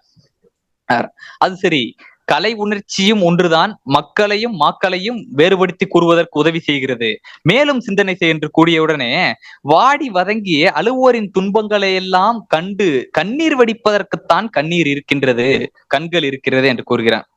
அதுவும் கண்களுக்கு அணி செய்கிறது. கண்ணுக்கு அணிகலன் கண்ணோட்டம் அஃதின்றேல் புண் என்றப்படும் வள்ளுவர் வாக்கு. மேலும் சிந்தனை செய் என்று கூடியவுடனே தூசி கல் மண் முதலியானவற்றை விழுந்து பாழாகி விடாமல் கண்களை இமைகள் காப்பாற்றி விடுகின்றன. பிள்ளைகளை பெற்றோர் காப்பாற்றுவதை விட சிறந்த அதிகமான கண்களை அதை விட அதிகமாகவே கண்கள் இமையை காப்பாற்றுகின்றன. கம்பர் கூட தனது கம்பராமாயணத்தில் விஸ்வாமித்திரரையும் அவர்தம் யாகத்தையும் லட்சுமணர்கள் கண்களை இமை காத்தது போல் காத்தனர் என்று குறிப்பிட்டுள்ளார். இதில் ஒரு நயமும் காணப்படுகிறது. அது தம்பி கூறுகிறார். அதற்கப்புறம் தம்பி அதுவும் சரி, நன்றி சிந்திக்கிறாய், மேலும் சிந்தனை செய் என்று தம்பியை அறிவை மீட்ட அவர் சொல்கிறார், அண்ணா கண்கள் இமைக்காவிட்டால் கண்களுக்கு நீர் இராது போல் தோன்றுகிறது. சிறிது நேரம் இமைக்காமல் இருந்தால் கண்கள் நீர் சுரந்து பார்வை மங்கி போகிறது. ஆகவே இமைகள் இமைத்து கண் இயல்பாக சுரக்கும் நீரை அழுத்தி அழுத்தி சுரக்காமல் செய்து கண்களுக்கு பேருதவி செய்து வருகின்றன, அதற்காகத்தான் இருக்கிறது என்று கூறிய உடனே அதுவும் சரி, உனக்கு அறிவு சரியாக வேலை செய்கிறது, மேலும் சிந்தனை செய் என்று கூறுகிறார். ஒரு பொருள் குறித்தே பல நுணுக்கங்களை அதில் சொல்லிக்கொண்டே வருகிறார். இமைக்குள்ளே உணர்ச்சி என்னும் போது மயிர் சிலிக்கிறது, முடியானது சிலிக்கிறது. கல், குச்சி, தூசி முதலியவை கண்களுக்கு அறியாதிருந்தும் அது வந்த வேகத்தை பார்த்தே தன்னை அறியாமல் கண்களானது மூடிக்கொள்கிறது. அதன் மீது கல் பட்டாலும் அடி விழுந்தாலும் ஈக்கள் உட்கார்ந்தாலும் அந்த மாடானது அந்த குறிப்பிட்ட இடத்தை சுளித்து காட்டுவது போல கண்ணுக்கு இமைகள் பாதுகாக்கிறது என்று கூறியவுடனே தம்பி அதுவும் உண்மைதான், மேலும் சிந்தனை செய் என்று விடாமுயற்சியாக தம்பியை ஊக்கப்படுத்துகிறார்.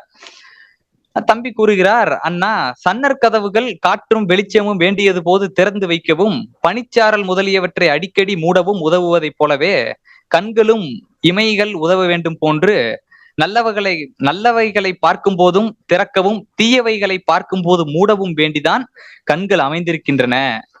அந்த இரட்டை கதவுகள் அதற்காகத்தான் இருக்கிறது என்று கூடியவுடனே தம்பி நீ மிகவும் சிறந்தவன், சிந்தனை கலை உன்னிடத்தில் கொட்டி இருக்கின்றது, சரஸ்வதி உன் நாக்கினில் விளையாடுகிறாள், நீ மேலும் முயற்சி செய்தாக வேண்டும். நீ இப்போது கூறியவை சிறந்தவையே, ஆனாலும் நீ ஒப்புவதற்கு முடியவில்லை. இதற்கு அண்ணா தாங்களும் கூறுவது உண்மையாகத்தான் எனக்கு தோன்றுகிறது. இதற்கு மேல் சிந்தனை செய் என்று குறிப்பிட்ட உடனே இதற்கு மேல் நான் சிந்தனை செய்ய முடியவில்லை, இதோடு நிறுத்திக் கொள்கிறேன் என்று கூறிய உடனே அண்ணா சொல்கிறார், இப்படி ஒரு போர் வீரனுக்கு அழகு துப்பாக்கியை நடுப்போர்க்களத்தில் போட்டுவிட்டு செல்வதற்கு அல்ல, நீ இன்னும் சிந்தனை செய்ய வேண்டும் என்று கூறிய உடனே இயற்கை அமைப்பு, நெடுநேரம் பார்த்தால் கண் வலிக்கிறது, நெடுநேரம் பேசினால் வாய் வலிக்கிறது, நெடுநேரம் கேட்டால் காது வலிப்பதில்லை, இதுவும் தாங்கள் கூற்றை மெய்ப்பிக்கிறதா என்று கூறினார். தம்பி அதற்கு அண்ணன் கூறினார், நீ என்னையும் ஒருபடி தாண்டி விட்டாய், செல்வத்தூள் பெரிய செல்வம் செவிச்செல்வம் மட்டுமே. அதனை திருவள்ளுவர் செல்வம் என்று குறிப்பிட்டுள்ளது செவிகள் இருக்கும் அனைத்து மனிதர்களுக்கும் அல்ல, கண்ணால் பார்த்து சிந்தனை செய்கின்ற மனிதர்களுக்கு இருப்பது மட்டுமே செவி, மற்றவர்களுக்கு இருப்பது அது வெறும் உடலில் புகத்தப்பட்ட நவதுவாரங்களில் ஒரு துருவம் என்று குறிப்பிட்டுகிறார். அதற்கு அனைத்து மேறு இப்படி கூறி சிந்தனை செல்வத்தை முடிக்கிறார். அடுத்ததாக நாம் பார்க்கவிருப்பது கிழட்டு செல்வம் என்று ஒரு வயதான பாட்டியிடம் தன்னுடைய மகளோ பேத்தியோ உரையாடுவது போன்று ஒரு செல்வத்தை இங்கு நாம் குறிப்பிடுகிறார். இந்த கதையில் அம்சமாக குறிப்பிடப்பட்டுள்ளது என்னவென்றால் ஒரு பொய் கூறக்கூடாது என்பதுதான். அது எப்படி என்றால் அதை இதிகாச வழியில் பார்த்தால் ஒரு பொய்யானது எவ்வளவு பெரிய மாற்றத்தை ஏற்படுத்தும் என்றால், குந்தி கர்ணன் தன் மகன் என்று கூறாமல் இருந்ததால் தான் மகாபாரத யுத்தம் நடந்தது என்று கூறுவார்கள். அம்மா கர்ணன் இறந்து கிடந்த உடனே குந்தி சென்று அழுகிறான், மகனே மகனேன்னு. என்னடா போர்க்களத்துல நம்ம அம்மாவுடைய சவுண்ட் கேக்குதேன்னு பாண்டவர்கள் எல்லாம் ஓடி வந்து கேட்கிறார்கள். என்ன நீ அவனை எடுத்துட்டு போய் அம்மா அம்மான்னு செஞ்சுக்கிட்டு இருக்க என்று சொன்ன உடனே கிருஷ்ண பரமாத்மாவின் கூற்றுப்படி குந்தி தேவி சொல்கிறாள், எனக்கு திருமணத்திற்கு முன் பிறந்த எனது மூத்த மகனே தங்களுக்கு சகோதரனே கர்ணன் தான் என்று கூறிய உடனே தருமனுக்கு மனது தாங்கவில்லை. அவர் உடனே கூறினார், இப்பேற்பட்ட ஒரு ரகசியத்தை மறைத்ததனால்தான் நீ இவ்வளவு பெரிய அழிவை சந்தித்திருக்கிறாய், ஏன் இதை எங்களுக்கு கூறவில்லை, நீ யார் என்று கேட்க பொழுதும் பொய் கூறிவிட்டாய் அல்லவா, அதனால் இன்றிலிருந்து பெண்களின் மனதில் ரகசியம் நிக்காது போக கடவுது என்று கூறிவிட்டார். எனவே ஒரு பொய்யினுடைய தாக்கம் எவ்வளவு தூரம் ஒரு நாட்டையும் மக்களையும் பாதிக்கிறது என்று கூறுகிறார். அந்த வகையில் ஒரு சின்ன பேத்தி வந்து தன் பாட்டி கிட்ட போய் கேட்கிறாங்க, இந்த மாதிரி பக்கத்து வீட்டு பையன் கூட சேர்ந்தா நான் ரொம்ப கெட்டு போயிருவேன்னு சொல்றாங்களே, அது உண்மையா இல்லையா என்று. அதுக்கு அந்த பாட்டி சொல்றாங்க, அப்படியெல்லாம் இல்லையே, நம்ம ஒருத்தர்கிட்ட சேர்ந்தா நம்ம அதெல்லாம் கெட்டு போக மாட்டேன்னு சொல்றாங்க. ஆனா அந்த பேத்தி சொன்னாங்க, இல்ல பாட்டி, பன்னி கூட கண்ணுக்குட்டி சேர்ந்தா அதுவும் போய் சேர்லதான் பிளரும்னு சொல்றாங்க, அது உண்மையான. அது எப்படி? அப்படி என்றால் பன்றியோடு சேர்ந்த கன்றும் மலமுண்ணும் என்பது தமிழ்நாட்டு பழமொழி என்றால், கன்றோடு சேர்ந்த பன்றி புல் தின்னாது என்பது என்ன பழமொழி என்று கேட்கிறார். சரி, எதற்காக நீ அவனிடம் சேர கூடாது என்று நினைக்கிறாய் என்று கேட்ட பொழுது அந்த பாட்டி சொன்னாங்க, நீ சேருகின்ற அந்த மகனுடைய தாய் பொய் பேசுவாள், அதனால் தான் உன்னை அவனோடு சேர வேண்டாம் என்று கூறுகிறாள் என்று கூறினார். சரி, ஒரு பொய் என்ன அவ்வளவு பெரிய குற்றமா? ஒரு பொய் என்ன அவ்வளவு பெரிய தவறா?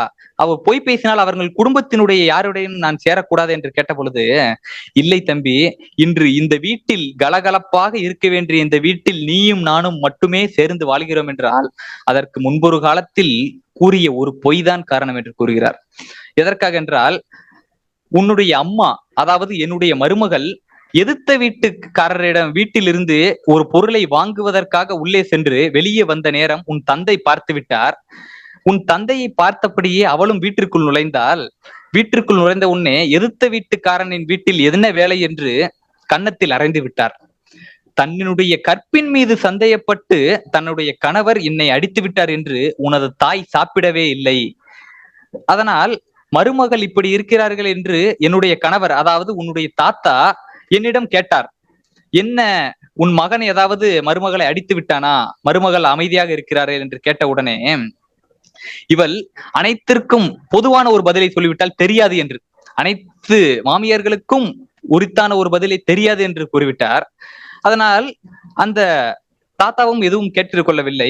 பல நாட்கள் கழித்து மகனிடம் சந்தேகப்பட்டு அந்த தாத்தாவே சென்று அவனுடைய மகனான அவள் தந்தையிடம் கேட்டார், உன்னுடைய மனைவியை நீ அடித்தாயா இல்லையா என்று கேட்ட உடனே, ஆம் அடித்தேன் என்று கூறிய உடனே, உன் மனைவி எப்படி தவறானவள் கிடையாது, முதலில் அவளிடம் சென்று மன்னிப்பு கேளு என்று கேட்ட உடனே அதை அனைத்தையும் மறந்து அந்த தாயினுடைய கற்பை சந்தேகப்பட்ட அவரே சென்று, உன்னுடைய கற்பை நான் சந்தேகப்படவில்லை, என்னை மன்னித்துக் கொள் என்று கேட்ட அடுத்த நாள் அந்த தாயானது உயிர் விடுகிறார்.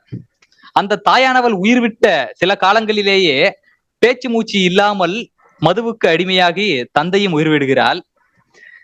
அந்த இப்பேற்பட்ட பொய்யை என்னிடம் சொல்லாமல் மறைத்து விட்டாயே என்று உனது தாத்தாவும் என்னிடம் பேச முடியவில்லை. அவருடைய மரணப்படுக்கையில் கூட சென்று என்னை மன்னித்து விடுங்கள் என்று நான் கேட்டேன். அவர் மரணப்படுக்கையில் கூட என்னை மன்னித்து கொள்ள அவர் விரும்பவில்லை. அதனால் தான் இந்த குடும்பம் இவ்வளவு நிலைமையில் இருக்கின்றது. ஒரு பொய்யானது இந்த குடும்பத்தையே மாற்றிவிடும் என்பதற்கு நமது குடும்பம் தான் உதாரணம். அதனால் தான் நீ இருக்கின்ற வரையிலும் பொய் பேசக்கூடாது, நானும் உன் முன் பொய் பேச மாட்டேன் என்று ஒரு சிறுமிக்கு இந்த பாட்டியானது தெரிவிக்கும் இடம் இந்த கிழட்டு செல்வமானது உள்ளது. இந்த கிழட்டு செல்வம் என்று வயதானவர்கள் இருக்கும் பொழுது தெரியாது. மூத்தோர் சொல்லும் முன்னோர் சொல்லும் மூத்தோர் சொல்லும் முதலில் கசக்கும், பின்னேதான் இனிக்கும். அவர்கள் சென்ற பிறகுதான் அவர்களுடைய அருமை தெரியும். ஒரு வாரத்துக்கு முன்னாடிதான் என்னுடைய பாட்டியும் இறந்தார்.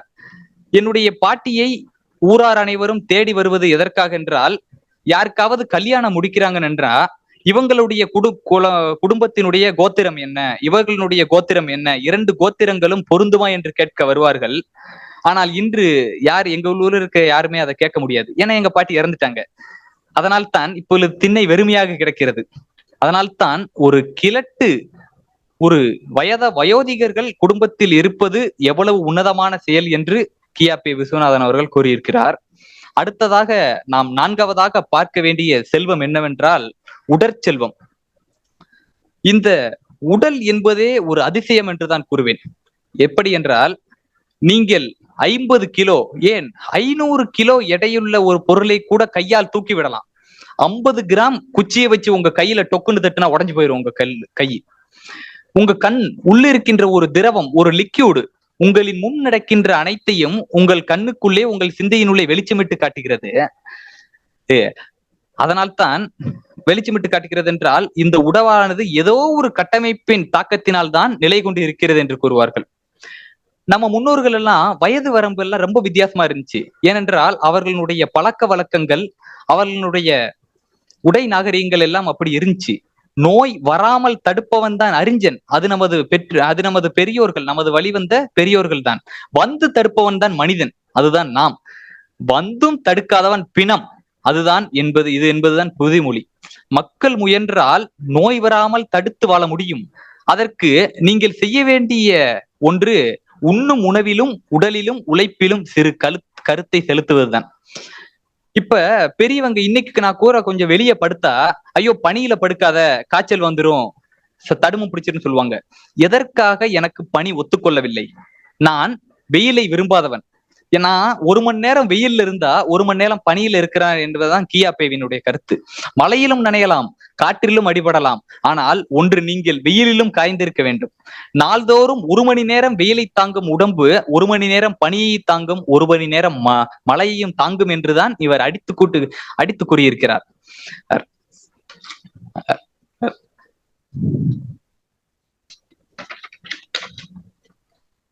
இவே வெயில், மழை, பனி, காற்று ஆகிய 4ம் மக்கள் உடலுக்கு உறுதி செய்யும் இயற்கை செல்வங்களாகும். உணவு உடலுக்கு தேவை என்பது பலரும் அறிந்த ஒன்று. ஆனால் உணவை உண்ணும் ஒரு உடலுக்கு உழைப்பு தேவை என்பது சிலர் அறிவே மாட்டார்கள். உண்பது செரிக்க உழைப்பதுதான் துணை நிற்கிறது. அந்த வகையில செரிக்கும் கியாபே அவர்கள் என்ன கூறியிருக்கிறார்கள் என்றால், உழைத்து உண்ணாத எவரும் உடல் செல்வத்தை பெற முடியாது என்பது இங்கு அவர் கூறியிருக்கிறார்கள். மனிதன் எதையெல்லாம் செய்யணும், எதையெல்லாம் செய்யக்கூடாது என்று அறிந்து வாழவே அவனுக்கு சிந்தையை புகுத்தி இருக்கிறார் என்பது கடவுள். வாழும் வாழ்க்கைக்கு பொருளீட்ட வேண்டும். அந்த பொருளானது ஒரு நிறைவுக்கு வந்துவிட்டால் அவனுடைய எண்ணமானது ஓய்வை தேடுகிறது. அந்த ஓய்வானது அவனிடம் அவன் மட்டும் ஓய்வெடுக்கவில்லை, அவன் பக்கத்தில் பல நோய்களும் தான் ஓய்வெடுக்கிறது. வாழும் வாழ்க்கைக்கு பொருள் வேண்டும், ஆனால் வாழ்க்கைக்கும் பொருள் வேண்டும் அல்லவா? அவரும் வந்தார், இவரும் வந்தார், ஆடினார், பாடினார், யாருக்கும் தெரியாமல் ஓடினார். வந்தது எத்தனை பேர், போனது எத்தனை பேர், மூச்சு நின்னா முடிஞ்சதடி சொந்தம், அடிய முத்துக்கணி எத்தனை ஆனந்தம்னு உடல் நலத்தை பற்றியும் மக்களின் வாழ்வாதாரத்தை பற்றியும் பாடல்கள் வந்துள்ளது. மேலே இழுத்த மூச்சு அப்படியே மேய்க்காம போனாலும் போச்சு என்று கூறுவார்கள். இது அனைத்துமே உடலினுடைய செல்வத்தை பொறுத்துதான் அமைந்துள்ளது. எங்க பாட்டி இறந்திருக்காங்கன்னா 94வது வயது வரையிலும் அவர்களுடைய வேலையை அவர்களே செய்திருந்தார்கள். இன்னைக்கு ஒரு காய்ச்சல் வந்துருச்சுன்னா என்னுடைய வேலையை நானே செய்யறதில்லை. அதனால கியாபே அவர்கள் என்ன கூறுகிறார் என்றால், நீங்க ஏதோ பெரிய பெரிய வேலையெல்லாம் செய்ய வேண்டாம், அவரவர் வேலைகளை அவரவர் செய்வதன் மூலம் உடற்பயிற்சி செய்ய முடிகிறது. உன் வேலையை நீயே செய்வதற்கென்பது பிறரை கொண்டு செய்து கொள்ளாதே என்பதுதான் இதன் பொருள். அதிகாலையில் எழுந்திரு, உன் போர்வையை நீயே மடி, படுக்கையை தட்டி சுத்து, அதை இருக்கும் இடத்திற்கு கொண்டு போய் வை. இது போன்ற சிறு சிறு வேலைகளை செய்வதாலேயே உன்னை நீயே ஆரோக்கியமானவனாக செய்து கொள்ள முடிகிறது. கட்டுரையின் கருத்தும் இதுவே. அதன் முடிவு ஒன்றே ஒன்று, அது உனக்கு நீயே வேலைக்காரனாக மாறி என்பதுதான். உடற்பயிற்சி செய்யாத மக்கள் கூட தம் வேலைகளை தாமே செய்வதன் மூலம் ஒரு உடற்பயிற்சி செய்துவிட முடியும். இரண்டும் செய்யாத மக்கள் உடலை பெற்றிருக்கலாம், ஆனால் அவர்கள் உடல் செல்வத்தை பெறவே முடியாது. பிற செல்வங்களை வேண்டுமானாலும் தேடு, உடற் செல்வத்தை தேடாதே, அது உன்னிடத்திலேயே உருவாக்கிக்கொள் என்பதுதான் உடற் செல்வத்தினுடைய கருத்து. இறுதியாக கியாபே அவர்கள் எழுதியது திருச்செல்வம் என்பது. இந்த திருச்செல்வம் என்பது என்னவென்றால், 2 நண்பர்கள் பேசுகின்ற உரையாடலையே திருச்செல்வமாக குறிப்பிடுகிறார். மணி மற்றும் முத்து என்று இருவர் இருக்கிறார்கள். மணி பணக்கார குடும்பத்தைச் சேர்ந்தவன், முத்துவோ பரம ஏழை. ஆனாலும் இவர்கள் நல்ல குணங்களை பெற்றிருக்கின்றமையால் ஒரே ஊரில் இருந்து நண்பர்களாக ஆகிவிட்டனர். எப்படி ஒரு காட்டிற்குள் ஒரு புலியும் ஒரு சிங்கமும் இருந்தால் அது ஒட்டவே ஒட்டாதோ, அதுபோலதான் ஒரு சிங்கமும் இன்னொரு சிங்கமும் இருந்தால் எப்படியாவது ஒட்டிவிடும். எது எது எங்கெங்கு இருக்கிறதோ அது அப்படி பொறுத்துதான் இருக்கும். அதனால் காலத்தின் கட்டாயத்தினால் இவர்கள் இருவருமே சேர்ந்து கொண்டார்கள். மணியும் முத்துவும் ஒரு சிந்தனை செய்கிறார்கள். நாம் அளவற்ற ஒரு செல்வத்தை தேடி அலைய வேண்டும், அதனால் எங்கு போலான் என்று தன்னுடைய தந்தை எல்லாரும் ஆலோசித்து விட்டு போறாங்க. நேரா ஊரா போறாங்க. அப்பொழுது ஒரு அரண்மனை, அந்த அரண்மனையை சுற்றி சுற்றி வந்தார்கள். அனைத்து அறைகரையும் பார்த்தார்கள். அங்கு தங்கம், வைடூரியம், பொன், பொருள் என்று பல வகையான செல்வங்கள் கொட்டி கிடக்கிறது. அப்பொழுது அந்த முத்துவானது சொல்கிறார், இங்கேயே மிகப்பெரிய செல்வம் இருக்கிறதே, இங்கேயே நாம் இருந்து கொள்ளலாமே, நாம் தான் அளவற்ற செல்வத்தை கண்டுகொண்டோம் அல்லவா என்று. அதற்கு ஆனந்தமாக கூறிய முத்துவின் மனநிலையும் பார்த்து மணி கொஞ்சம் கூட சந்தோஷப்படவில்லை.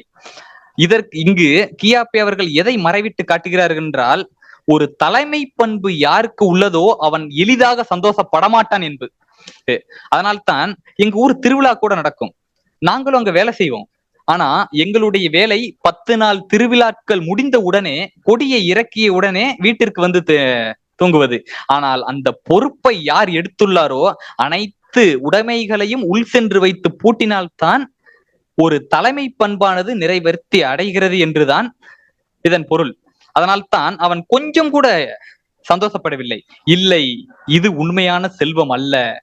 இவன் அடுக்கடுக்காக செல்வத்தை வைத்துள்ளானே தவிர இவனிடத்தில் ஒரு புத்தகத்தை கூட பார்க்க முடியவில்லை என்று. அனைத்திற்கும் மீறிய செல்வம் கல்விதான் என்று திருவள்ளுவர் கூறிய வாக்கு அப்பொழுதுதான் முத்துவுக்கும் ஞாபகம் வருகிறது. சரி, அப்படி என்றால் வா, இன்னும் நடப்போம். இன்னும் பல தூரம் சென்றார்கள். அப்பொழுது அந்த ஊரினுடைய மக்கள் மூலம் இவர் ஒரு செய்தியை கண்டுகொள்கிறார்கள். அங்கு ஒரு மிகப்பெரிய செல்வந்தர் இருக்கிறார். அவர்களிடத்தில் மிகப்பெரிய செல்வமும் உண்டு, அது மட்டுமில்லாமல் புத்தகத்தையும் நிறைய வைத்திருக்கிறார்கள் என்று. அப்படி அவர்களுடைய இடத்திற்கு சென்று பார்த்த உடனே முத்து கூறினான், நீ கேட்டபடியே செல்வமும் இருக்கிறது, இதோ பார் புத்தகங்களும் இருக்கிறது என்று. அப்படி மறுபடியும் முத்து கூறியதை பார்த்து மணி கூறியதை பார்த்து முத்து கலங்கி நின்றான். மறுபடியும் இப்படி கூறுகிறாய் என்று. எதற்கென்று கேட்ட பொழுதுதான் மணி கூறினான், இந்த செல்வந்தனிடத்தில் புத்தகங்கள் இருந்தாலும் இவன் மற்றவர்கள் சொல்ல ஏற்கும் மனநிலையை உடையவனாக இல்லை என்று. செல்வத்தூள் எல்லாம் செல்வம் செவிச்செல்வம் என்று கூறியது அந்த முத்துவுக்கு இப்பொழுதுதான் ஞாபகம் வருகிறது.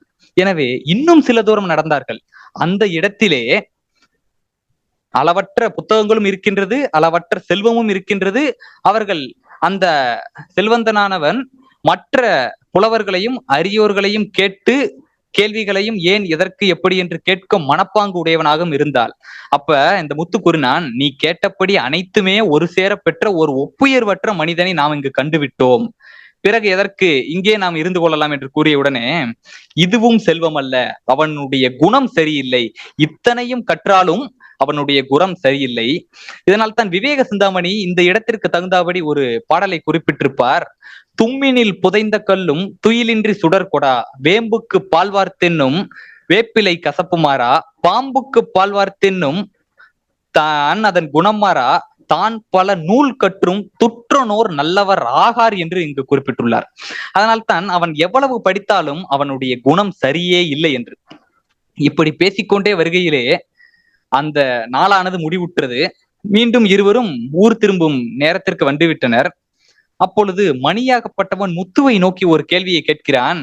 சரி, நாளையும் இதே போல் நாம் தேடுவோமா, உன்னால் முடியுமா என்று கேட்ட உடனே முத்து கூறுகிறான், நீயோ பணக்காரன், உனக்கு வீட்டில் வேலை கிடையாது. ஆனால் நானோ பரம ஏழை. எனது பெற்றோர்களுக்கும் நான் உழைத்து உணவை அளிக்க வேண்டும். அதாவது தினமும் ஒரு ஏழைக்காவது நான் உணவளிக்க வேண்டும். என்னை நம்பி இருக்கின்ற எனது சுற்றத்தார்களுக்கும் உணவளிக்க வேண்டும் என்று கூறிய அடுத்த நொடியே மணி கூறினான், நான் செல்வத்தை அடைந்து விட்டேன் என்று. எப்படி, நானும் உன்னுடன் தானே இருக்கிறேன், நீ செல்வத்தை எங்கு கன்று பிடித்த என்று சொன்ன உடனே மணி கூறினான், நான் அதை பிடித்தது மட்டுமல்ல, அது என் கை உடைமையாகவும் நான் ஆக்கிக் கொண்டேன் என்று கூறினார். எப்படி என்ற உடனே அவன் சொன்னான், தானும் உழைக்க வேண்டும், தன் பெற்றோர்களுக்கும் உணவளிக்க வேண்டும் என்று கூறியது ஒரு மனிதனுடைய இயல்பு. தான் தினமும் ஒரு ஏழைக்கு உணவளிக்க வேண்டும் என்று கூறிய நீதான் ஒப்பற்ற ஒரு மனிதன், நீதான் செல்வம் என்று அந்த மணியானவன் தன் தந்தையிடம் சென்று நான் தேடிக் கண்ட செல்வம் இதோ என் நண்பன் முத்துதான் என்று கூறிய உடனே அந்த தந்தையும் மகிழ்ந்து ஆனந்தமாக ஏற்றுக்கொள்கிறார். அந்த இப்பேற்பட்ட நல்ல நண்பர்களின் உரையாடல் தான் இந்த திருச்செல்வம் என்ற தலைப்பிலே கூறி நிவர்த்தி செய்திருக்கிறார் கியாபே விஸ்வநாதன் அவர்கள். என்னுடைய உரையில் சிறு தடுமாற்றம் இருந்தாலும் இத்துணை நேரம் கேட்ட அத்துணை நல்ல உள்ளங்களுக்கும் மனமார்ந்த நன்றியை தெரிவித்துக் கொண்டு வாய்ப்பிற்கு நன்றி கூறி விடைபெறுகிறேன். நன்றி அருள் டேவிட் அவர்களே, மிக்க நன்றி. மிகச் சிறப்பாக நல்ல அருமையான உரையாக அமைந்திருந்தது. இந்த உரையின் துவக்கத்திலே சொன்னீர்கள், எனக்கு நன்றியை தெரிவித்தீர்கள். உண்மையில் ஐயா சரவண செல்வன் அவர்களுக்கும் ஐயா சிஆர் அவர்களுக்கும் தான் அந்த நன்றி சொல்ல வேண்டும். அவர்கள் மூலமாகத்தான் நீங்கள் இந்த நிகழ்ச்சியில பங்கு கொண்டிருக்கிறீர்கள். மிக அருமையாக இருந்தது. அம்மா கியாபே அவர்களின் திருமகள் அம்மா அவர்கள் நம்முடைய இணைந்திருக்கிறார்கள். அம்மா, உங்களுக்கு சென்ற முறை கொடுத்தது போல நேரம் நிறைய கொடுக்க வேண்டும் என்ற ஆசைதான். 7:20 ஒரு 10 அல்லது 15 நிமிடம் நீங்கள் உங்களது கருத்துக்களை எங்களோடு பகிர்ந்து கொள்ளலாம் அம்மா. மிக உங்களை ஆவலுடன் எதிர்பார்த்துக் கொள்கிறோம். வணக்கம் வணக்கம் ஐயா, வணக்கம் வணக்கம். வள்ளுவர் குரல் குடும்பம் மற்றும் நவீன நூல் நயம் மற்றும் கற்க கசர இந்த 3 அமைப்புகளும் சேர்ந்து தொடர்ந்து இதுவரை 73 கூட்டங்கள் நடத்தி இருக்கிறீர்கள். இந்த 74வது கூட்டத்தில் தம்பி சாத்தூரிலிருந்து வந்திருக்கும் அறிவியல் இணையத்தில் படிக்கும் அவர் 2வது ஆண்டு கலைக்கல்லூரியில் படிக்கும் மாணவர் பங்கு பெற்றது எனக்கு மிகவும் மகிழ்ச்சி. அவருடைய தமிழ் ஆர்வம் என்னை மிகவும் ஆச்சரியப்பட வைத்தது. ஒரு கசப்பு மருந்தை இனிப்பு தடவி கொடுப்பது போல முத்தமிழ் காவலர் அவர்களின் அந்த 5 செல்வங்கள் நூலை எடுத்து அதை ஒவ்வொன்றும் சொல்லும் பொழுதும் அவர்கள் பட்டுக்கோட்டை கல்யாண சுந்தரத்தையும் நம்முடைய கண்ணதாசனையும் எம்ஜிஆர் அவர்களையும் இணைத்து மிக சிறப்பாக, அதாவது இந்த கால இளைஞர்களுக்கு எப்படி போய் சேர வேண்டுமோ அப்படி அவர் கொடுத்தார். அவருடைய சாதுரியம் எனக்கு மிகவும் பிடித்திருந்தது. இன்னும் கொஞ்ச நேரம் அவர்கள் இன்னும் விரிவாக பேசியிருக்கலாம். ஏதோ எனக்கு அவசரமாக முடித்தது போல தோன்றியது. இன்னும் கொஞ்சம் நிதானமாக அவர்கள் பேசியிருந்தால் நன்றாக இருக்கும். இருந்தாலும் அவர்களுடைய அந்த முறை அவர் வெளிப்படுத்தியது மிகவும் அருமையாக இருந்தது. அது என்னுடைய வாழ்த்துக்களையும் பாராட்டுதல்களையும் அவருக்கு தெரிவித்துக் கொள்வதோடு, இது போல இன்றைய இளைஞர்கள் எல்லோரும் திருக்குறளை படிக்க வேண்டும், முத்தமிழ் காவலர் போன்ற அறிஞர்களின் நூல்களை படிக்க வேண்டும், இப்ப இந்த அமைப்புகளை பங்கு பெற வேண்டும் என்பதுதான் இந்த அமைப்புகளில் நம்முடைய கூட்டத்தின் நோக்கமே. அதை இன்றைக்கு அவர்கள் நிறைவு செய்திருக்கிறார்கள். இன்றைக்கு முத்தமிழ் காவலின் நினைவலைகள் பற்றி நான் சென்ற வாரம் அவர்களுடைய பொருளாதார மேலாண்மையை சிக்கனம், கருமைத்தனம், ஆடம்பரம் இப்படி அவர் கியாப்பே எங்களுக்கு சொல்லிக் கொடுத்ததை மட்டும் சொன்னேன். இன்றைக்கு தம்பி இந்த 5 செல்வங்களை பற்றி பேசும்போது கியாப்பே அவர்களுடைய அந்த உடல் நலம் பேணுதல் பற்றி சொல்லியிருந்தாங்க. வள்ளுவர் ஒரு குறள் சொல்லியிருக்காரு இல்லையா, சொல்லுதல் யாருக்கும் எளிய, அறியவாம் சொல்லிய வண்ணம் செயல். அந்த முத்தமிழ் காவலர் ஐயா என்னுடைய தந்தையாற்ற உள்ள மிகப்பெரிய சிறப்பே இந்த அறிவுரை, ஆலோசனை, அறவுரை எல்லாம் மற்றவர்களுக்கு சொல்லுவதற்காக இல்லை, தான் எதை செய்யணுமோ அதைத்தான் அவங்க மற்றவங்களுக்கு சொல்லுவாங்க. தன்னால் முடியாதது அவங்க எதுவும் யாருக்கும் சொல்ல மாட்டாங்க. அதுக்கு அவங்க ஒரு உதாரணம் ஒரு முறை என்கிட்ட சொல்லியிருக்காங்க. ஐயா நபிகள் நாயகம் ஐயா கூட்டத்துல பேசும்போது ஒரு கிழவி அம்மா தான் பேரனை கூட்டிக்கிட்டு வந்து, என் பேரன் நிறைய சர்க்கரை சாப்பிடுறான், கொஞ்சம் புத்தி சொல்லுங்க ஐயா, உடம்புக்கு கெடுதல். அப்படியா, உன் பேரன் நிறைய சர்க்கரை சாப்பிடுறானா? தம்பி சர்க்கரை சாப்பிடுறியாப்பா? நீ பேரனை கூட்டிட்டு போயிட்டு ஒரு 2 நாள் கழிச்சு வாம்மா அப்படின்னாரு. ஐயா 2 நாள் கழிச்சு வரணுமா? ஆமாம்மா, நான் சொல்றேன், நீ 2 நாள் கழிச்சு வா அப்படின்னு நபிகள் நாயகம் சொன்னார். இந்த பாட்டியும் 2 நாள் கழிச்சு பேரனை கூட்டிட்டு வந்தது. அப்ப அவரு, தம்பி இது வரைக்கும் நீ நிறைய சர்க்கரை சாப்பிட்டுருக்க, பாட்டி சொன்னாங்க அது உடல் நலத்து கேடு, இனிமே நீ சர்க்கரை சாப்பிடாதுப்பா, அது இனிமே நீ சாப்பிடக்கூடாது, குறைச்சிக்கோ அப்படின்னு சொன்னாராம். கொஞ்சம் கொஞ்சமா விட்டுற பழகு, அதுதான் உடல் நல்ல. இந்த பாட்டிக்கு கோபம் வந்துருச்சான். ஏங்க இத சொல்றதுக்கா 2 நாள் கழிச்சு வர சொன்னீங்க, இத அப்பவே சொல்லியிருக்கலாம்ல. அப்ப நபிகள் நாயகம் சொன்னாராம், அம்மா இந்த பையனுக்கு நீங்க கூட்டியான்னு சொல்லும் போது நானும் சர்க்கரையை சாப்பிட்டுக்கிட்டு இருந்தேன், நீங்க சொன்ன பிறகுதான் எனக்கு அது தோன்றியது, இந்த பையனுக்கு நான் சொல்ல வேண்டுமென்றால் முதலில் நான் சரியாக நடக்கணும், நான் சர்க்கரையை விட்ட பிறகுதான் அவனுக்கு தம்பி சர்க்கரையை விட்டுருன்னு சொல்ல முடியும், நான் சாப்பிட்டு கொண்டு எப்படி சொல்லுவேன்? இதை என்னுடைய தந்தை சொல்லி நான் கேட்டேன். எப்படி ஒரு அந்த காலத்திலே பெரியவர்கள் வாழ்ந்திருக்கிறார்கள்னா, சொல்லுதல் யாருக்கும் எளிய, அறியவாம் சொல்லிய வண்ணம் செயல்னா இதை விட வேற உதாரணம் சொல்ல முடியாது. தம்பி அருள் டேவிட் ரொம்ப நல்லா சொன்னாரு. அவர் அந்த சொல்லும் போது என்னுடைய சிந்தனைகள்லாம் நிறைய தமிழ் மொழியில எவ்வளவு ஒரு ஆர்வம் இருந்தா இப்படி ஒரு தைரியமா ஒரு நூல் எடுத்து, அதுவும் அவ்வளவு இணையத்திலிருந்து இந்த டெக்னிக்கல் ப்ராப்ளம் கொஞ்சம் வந்தா கூட அவர் அதை ரொம்ப நல்லா சரி பண்ணி கேக்குதுங்களா? கேக்குதுங்களா ஐயா? கேக்குதுமா, கேக்குது. சரி. அதாவது அப்பா வந்து தம்பி அருள் டேவிட் பேசும்போது ஒண்ணு சொன்னாரு, நாளையில இருந்து நீங்க எல்லாம் வந்து அவரவர் வேலையை அவரவர்கள் செய்ய ஆரம்பிச்சீங்கன்னா உடல் நலத்துக்கு நல்லது. அதை பத்தி தான் நான் இப்ப சொல்ல போறேன். ஏன்னா அப்பா இதை எழுதுனது மட்டும் இல்ல, அவர் அந்த மாதிரி நடந்தாரு. ஏன்னா அப்பா வந்து மெத்தையிலயோ கட்டிலையோ படுத்து பழக்கம் கிடையாது, தரையில தான் படுப்பாங்க. தரையில பாய் விரித்து அதுல வந்து ஜமுக்காலம் விரிச்சுதான் படுப்பாங்க. காலையில எழுந்திருக்கும் போது அந்த படுக்கையை அவங்களே தான் சுத்தி வைப்பாங்க. அவங்க சொல்லுவாங்க, யாராவது கூட்டங்கள்ல பேசும்போது மக்களை பார்த்து கேட்பாங்க, யாராவது தரையில பாய் விரிச்சு படுத்திருக்கீங்களா, அப்படி இல்லைன்னா படுத்து பாருங்க. அதோட மட்டும் இல்ல, மறுநாள் காலையில எழுந்திருச்சு நீங்களே அந்த பாய சுருட்டி வச்சு பாருங்க. ஏன்னா குனிந்து நீங்க அந்த பாயை சுருட்டும் போது 8 இடத்துல வலிக்கும்னு சொல்லுவார் அப்பா.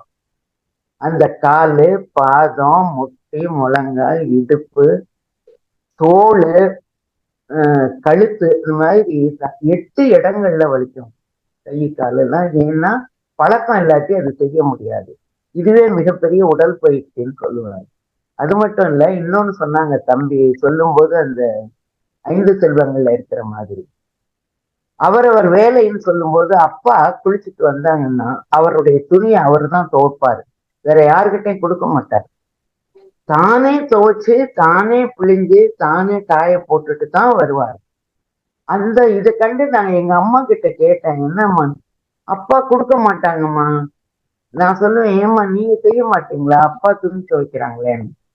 ஐயோ உங்க அப்பா சொன்னா கேட்க மாட்டாரு, அவர் கொடுக்கவும் மாட்டாரு. அவர் தலை தோற்ற துண்டுல இருந்து போற்றத்தோடையில இருந்து அவரே கரைச்சிக்க அவரே காய போட்டு மடிச்சு வச்சாதான் அவருக்கு நிம்மதி.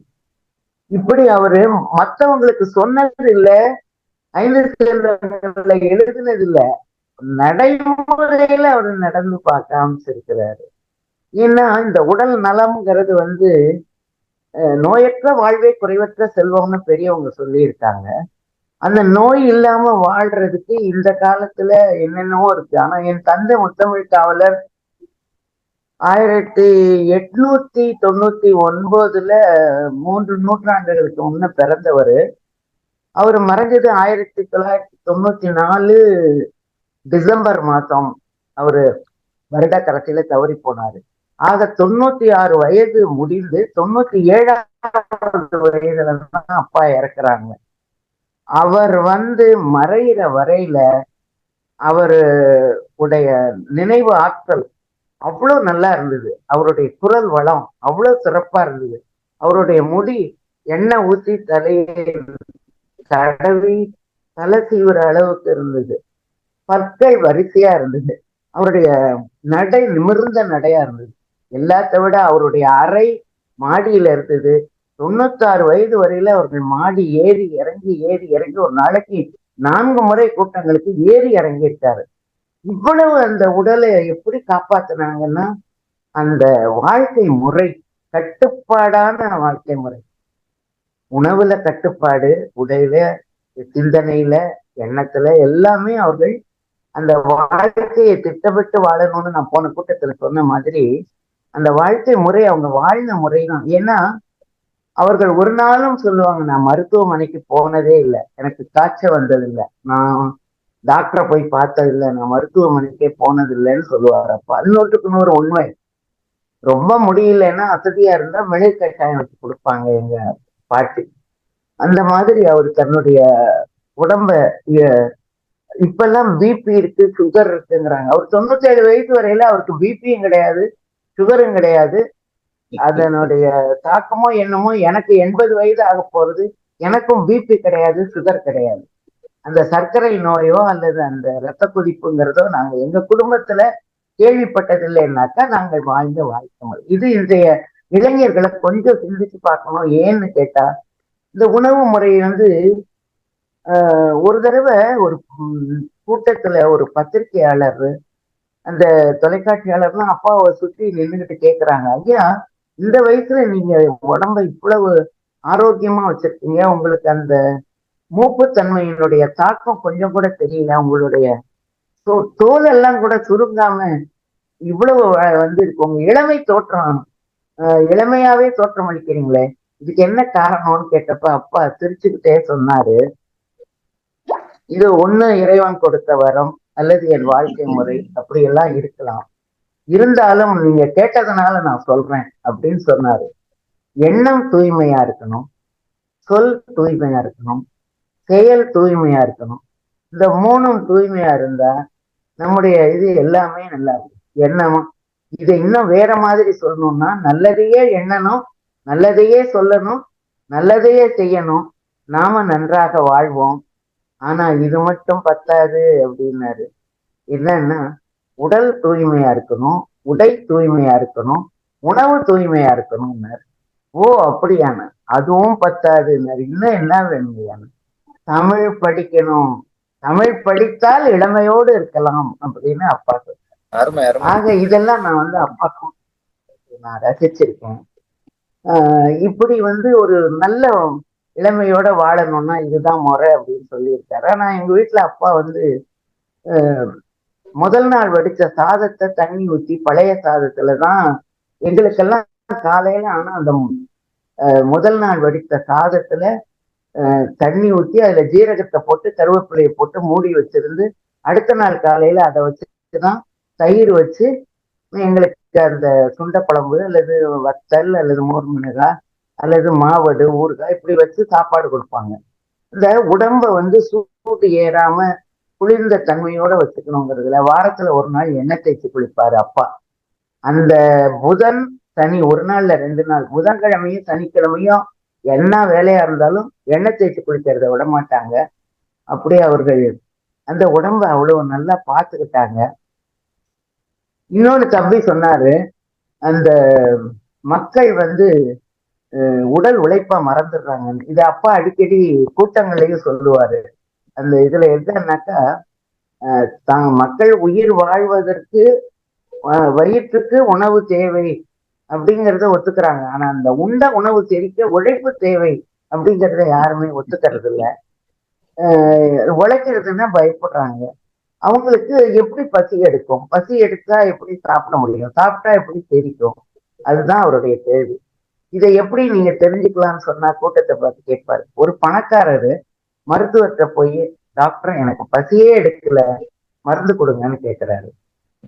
அதே நேரத்துல ஒரு பக்கத்துல வேலை செய்யற அம்மா வந்து சொல்றாங்க, என்னங்க சாப்பாடு கொடுக்குறாங்க, வயிற்றுக்கு பத்தவே மாட்டேங்குது, எவ்வளவு கொடுக்குறாங்க, ஏமா அவங்க நிறைய தானே கொடுத்தாங்க, பார்த்தேன் இல்லைங்க, அது எங்க வயிற்றுக்கு பத்தது எவ்வளோண்டுதான் இருக்கு. ஸோ உழைக்கிறவர்களுக்கு உணவு தெரிக்கிறதுனால வயிற்றுக்கு பத்தல. ஆனா நம்ம வந்து உழைக்காம உட்கார்ந்து சாப்பிட்டு மற்ற வேலைகள்ல கவனம் செலுத்திட்டு இருக்கிறதுனால, உடம்பை பத்தி கவலைப்படாததுனால நமக்கு அந்த உணவு உடலுடைய நலம் கெட்டு போகுது. டாக்டர்கிட்ட போய் நம்ம கேட்க வேண்டியதா இருக்கு, பசி எடுக்கலன்னு சொல்லி அப்பா அடிக்கடி சொல்லுவாங்க. இப்படி எவ்வளவோ அப்பா கிட்ட நாங்க கூட இருந்து கத்துக்கிட்டு இருந்திருக்கோம். அவரு இந்த நோய் நாடி நோய் முதல் நாடி அது தணிக்கும் வாய் நாடி வாய்ப்பக்கூடாதுங்கிற வள்ளுவருடைய குரலை படித்ததுனாலயே என்னமோ அவரு அந்த கேள்வி செல்வத்துல தம்பி கூட அதை சொன்னாரு, நம்ம அருள் தேவி, அந்த நோய் வர்றதுக்கு முன்னால காப்பாற்றணும், வந்ததுக்கு அப்புறம் அதுக்கு மருந்து என்ன செய்யணும். அது மூன்றாவது என்னன்னு கேட்டீங்கன்னாக்கா, அந்த மருந்து எப்படிப்பட்டதா இருக்கணும்னா நம்ம உடம்பு ஏத்துக்கணும். எப்படி நம்ம உணவை வந்து சாப்பிடுற உணவு நம்ம உடம்பை ஏத்துக்கலைன்னா நமக்கு எப்படி கெடுதல் பண்ணுதோ, அப்படி வந்து இந்த மருந்து நமக்கு எப்படின்னா, தமிழ்நாட்டுல விளையக்கூடிய செடி கொடி புல் பூண்டு கீரை இதுகள்ல இருந்து செய்யற தமிழ் மருத்துவம் தான் தமிழக மக்களுக்கு ஏற்றதுன்னு தான் அவர் சித்த மருத்துவத்தையும் தமிழ் மருத்துவத்தையும் ரொம்ப மக்களுக்கு எடுத்து சொன்னாரு. அது விலையால் மலிந்தது, காலத்தினால் பழையது, விலையால் மலிந்தது, பல நாள் மிகுந்தது அப்படின்னு சொல்லி சித்த மருத்துவத்தை அவரு ரொம்ப சொன்னது. இன்னொன்னு என்னன்னாக்கா, நமக்கு இந்த காலத்துல பிள்ளைங்க தெரிஞ்சுக்கணும். நம்ம பெண்களும் சரி என்னன்னாக்கா, நம்ம அஞ்சரை பெட்டின்னு சொல்றதுல இருக்க எல்லாமே இன்னைக்கு மருந்துகள் தான். அதை பயன்படுத்துறது இல்ல. மிளகு, ஜீரகம், இஞ்சி, சுக்கு, மிளகு, சுக்கு, மிளகு, திப்பிலிங்கிறது கேள்விப்பட்டிருப்போம். ஆனா அந்த மிளகு, ஜீரகம், சோம்பு இதெல்லாம் மருந்து. நீங்க இப்ப கர்ப்பிணி பெண்களுக்கு நீர் பிடிக்கலன்னா சோம்பு கஷாயம் வச்சு கொடுப்பாங்க.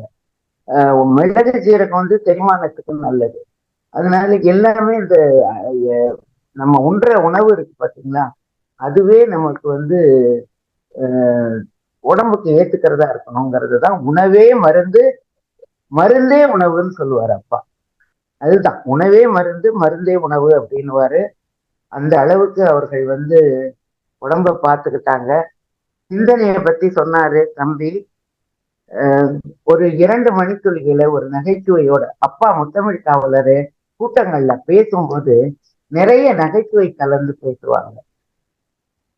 இந்த சிந்தனை செல்வத்தை பத்தி தம்பி பேசும்போது நான் இதை ஒரு குறிப்பெடுத்தேன். என்னன்னு கேட்டீங்கன்னா, இந்த காலத்துல நாட்டுல எப்படி, நான் சொல்றது 60 ஆண்டுகளுக்கு முந்திக்கியா பேசின பேச்சு, இந்த காலத்துல நாட்டுல எப்படி சிந்திக்கிறாங்கன்னு பார்த்தா, அதுக்கு ஒரு ஒரு சின்ன கதை சொல்றேன். 2 நண்பர்கள் சேர்ந்து ஒரு செவுத்துல ஆணி அடிக்கிறாங்க. ஒரு நண்பன் சொன்னான், தம்பி நான் ஏணியை பிடிச்சுக்கிறேன், நீ மேல போய் அடின்னு. ஒருவன் ஏணியை பிடிச்சுக்கிட்டான், இன்னொருத்தன் மேல ஏறி ஆணி அடிச்சான். அடிக்கிறான் ரொம்ப நேரமா இறங்கல. கீழே இருக்கான், என்னப்பா ஏன் ஆணி இறங்கலைன்னா, தெரியலப்பா அப்படின்னா. இரு நான் வரேன்னு ஏறி போய் பார்க்கறான். ஏறி போய் பார்த்தா அவன் என்ன செய்து கொண்டிருக்கிறான்னா, கொண்டைய செவுத்துல வச்சு கூரான இடத்துல சுத்தியில அடிக்கிறான். அது இறங்கல. அப்போ அவன் சொல்றான், என்னப்பா கொண்டைய செவுத்துல வச்சு கூறால அடிச்சிருக்கே, இது எப்படி அப்படின்னு உடனே அதுக்கு அவன் சொல்றான், அடே இது இங்கே அடிக்கிற ஆணி இல்ல, யாரு ஏணிய பிடிச்சிருக்கேன்னு சொல்றான். அடே உனக்கு அறிவு இல்ல, உனக்கு சிந்தனையே இல்லடா, இது இந்த செவுத்துல அடிக்கிற ஆணி இல்ல, இப்படி வச்சு பாரு, எதிர்த்த செவுத்துல அடிக்கிற ஆணிடா அது, இந்த செவுத்துல அடிக்கிற ஆணி இல்ல, அது எதிர்த்த செவுத்துல அடிக்கிற ஆணி, நீ கூற வச்சு அடிக்கிற அப்படின்னா.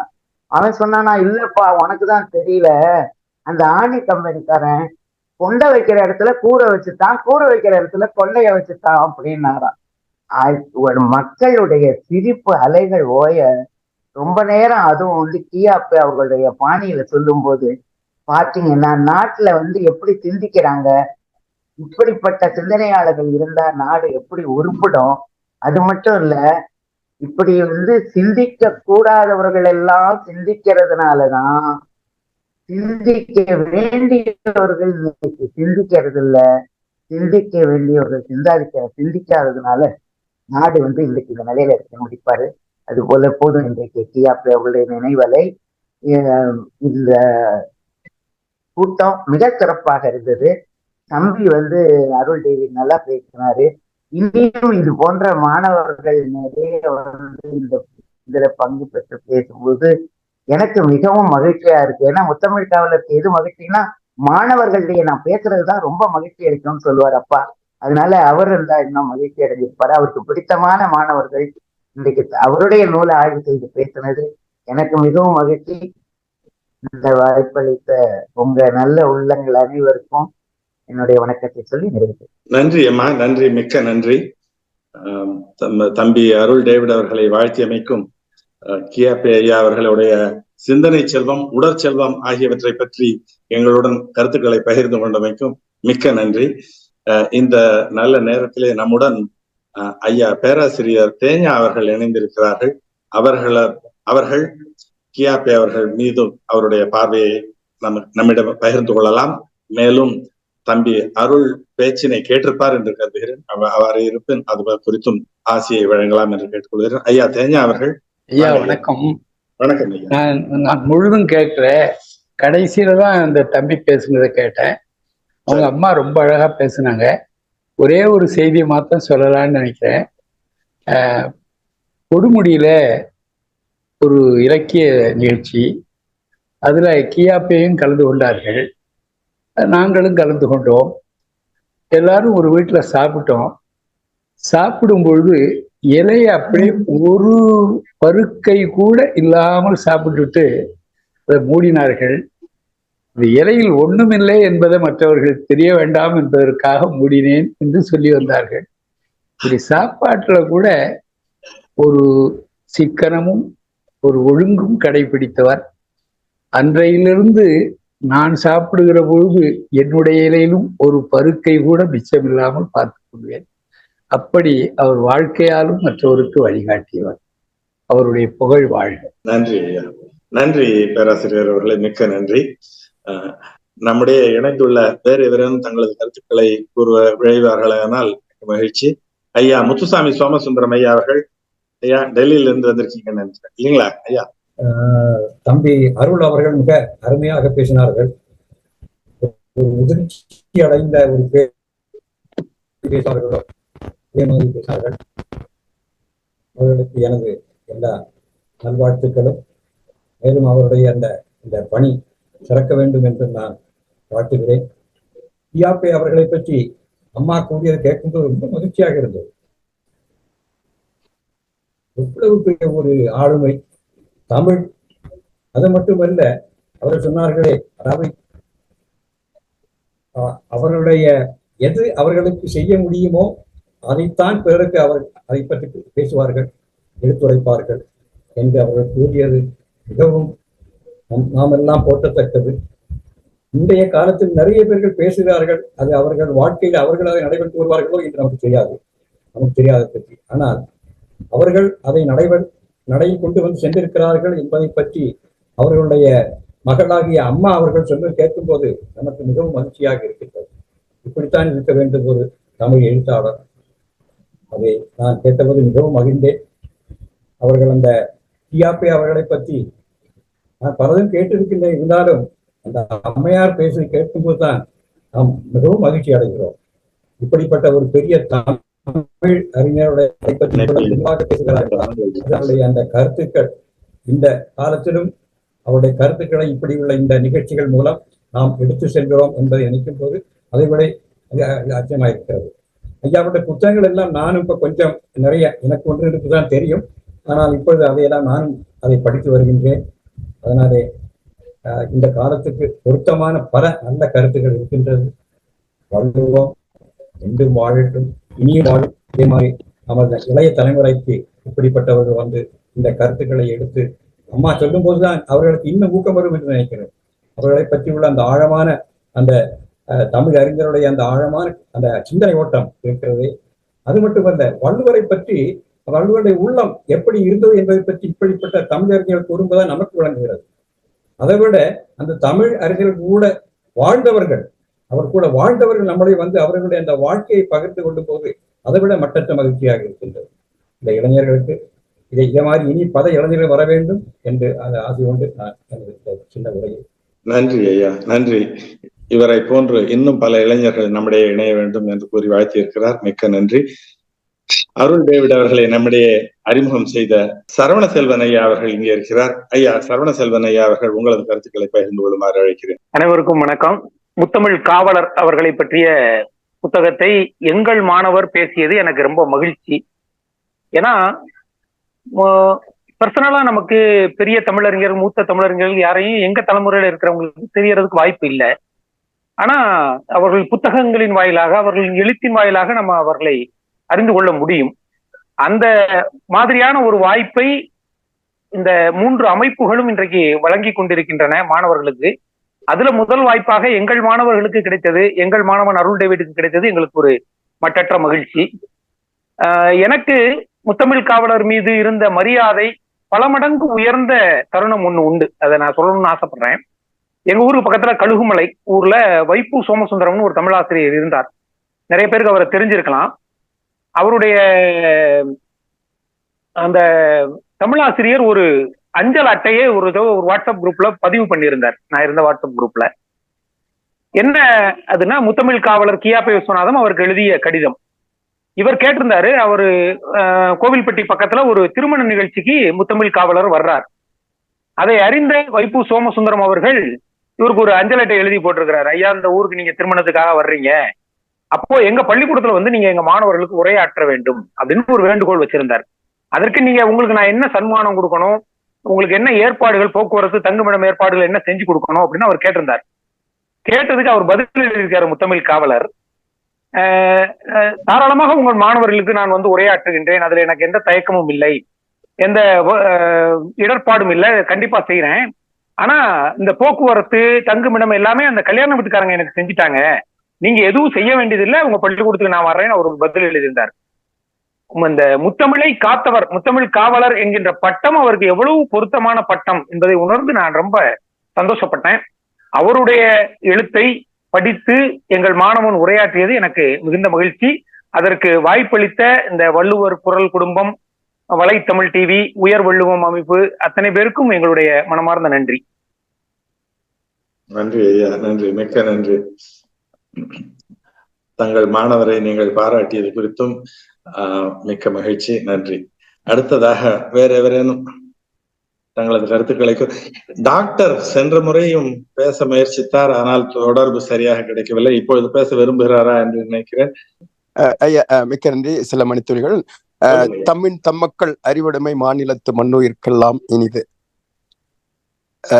ரொம்ப மகிழ்ச்சி அருள் டேவிட்க்கு, அவர் அறிமுகப்படுத்தினவங்க ஆசிரியர் கல்லூரிகளுக்கு. வினையான் வினையாக்கி கோடல் நினைக்கவள் யானையால் யானையா தற்றி. இளவல்கள் வர வேண்டும் வர வேண்டும் என்று நாம் பன்னெடுங்காலமாக காத்திருந்தது இப்போது கனவு நனவாகி வருவதற்கு அருள் டேவிட் போன்ற இளையோர்களுக்கு நம்ம அறிமுகப்படுத்துறதுக்கு முயற்சி செய்த அவர் ராஜேந்திரன் ஐயாவாக இருந்தாலும் அவரோடு தோளோடு தோளாக பணியாற்றி கொண்டிருக்கும் அனைத்து தன்னார்வலருக்கும் மிக்க நன்றி. இந்த கியாபே விஸ்வநாதன் ஐயாவை பற்றி நிறைய நம்ம கேட்டிருந்தாலும் இப்ப வந்து அம்மா சொல்றாங்க, இன்னைக்கு அருள் சொன்னதை பார்த்த பிறகு கேட்பார் பிடிக்கும் தகைவாய் கேளாரும் வேட்ப மொழிவுதாம் சொல் மாதிரி இளையவர்கள் இவ்வளவு உள்வாங்கி கியாபே விஸ்வநாதன் ஐயா மாதிரியே நடக்கும்னு நினைக்க பாக்குற போது இதுதாங்க ஐயா இந்த வெற்றி. ஆனா நகைச்சுவையா நான் சொல்றேன், இதுவரையில இந்த நான் பார்த்த குழுக்கள் அந்த கூட்டங்களிலே கூடுதலான நண்பர்கள் இளவல்கள் வந்து சேர்ந்தது இன்னைக்குதான் எனக்கு தோணுது. இவங்கெல்லாம் பார்க்கும்போது நமக்கும் ஒரு 30 ஆண்டுகள் கீழே போன மாதிரி தான் இருக்கு. ரொம்ப ரொம்ப மகிழ்ச்சி. அதே சமயத்துல குணம் நாடி குற்றமும் நாடி அவற்றுள் மிக நாடி மிக்க கொள்ளல் மாதிரி தம்பியுடைய ஒழிப்பு உச்சரிப்புல வந்து கவனம் செலுத்தணும் அப்படிங்கிறது அவருடைய மேன்மை. ஏன்னா இவர்கள் தான் அடுத்த முறைக்கு நமக்கு பிறகு எடுத்து செல்ல போவர்கள், நாம் இருக்கும்போது எடுத்து செல்பவர்கள். அதனால தமிழ் அவர்கள் இவர்கள் இந்த மாதிரி சொற்கள்லாம் வந்து நம்ம குறையாக நினைக்க கூடாது. ஆனால் இடிப்பறையிலா ஏமரா மன்னர் கெடுப்பாரிலும் கெடும். நம்ம தம்பி இன்னும் மேல மேல போகணும். எவ்வளவு உள்வாங்கி இருக்காரு நினைக்கும் போது எழுதுங்கால் கோல்கானா கண்ணை போல் கொன்கண் பழிகானேன் கண்ட விடத்து. அவருடைய ஒழிப்புகள் எல்லாமே எனக்கு மறந்து விட்டன.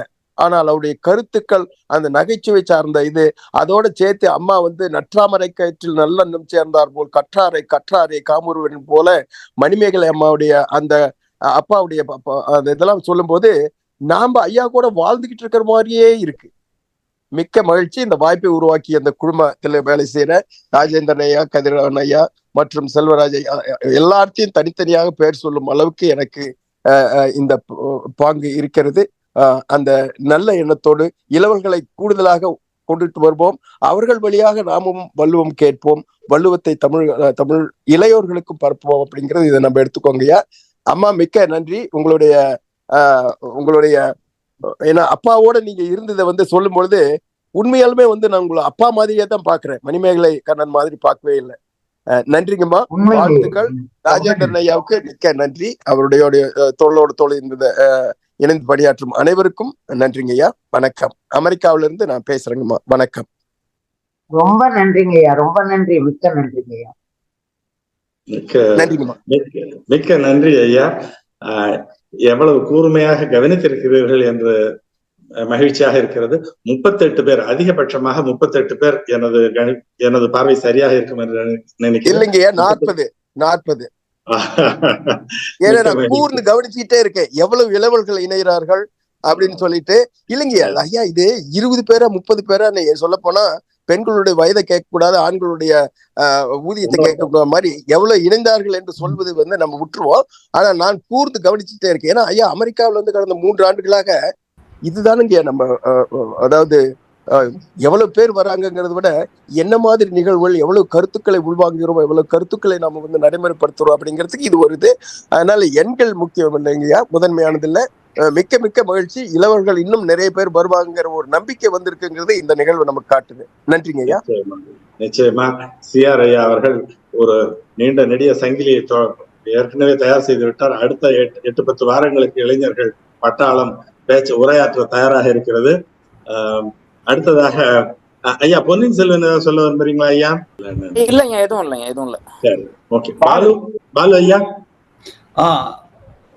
அனைவருக்கும் வணக்கம். முதல்ல அருள் டேவிட் அவர்களுக்கு என்னுடைய மனமார்ந்த வாழ்த்துக்கள். கேக்குதுங்களா? கிளியரா இருக்கா?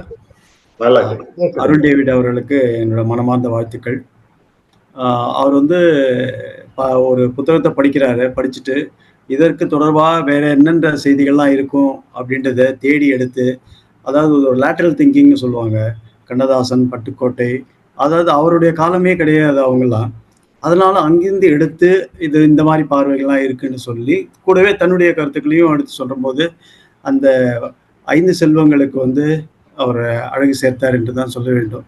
அவருக்கு மனமார்ந்த வாழ்த்துக்கள்.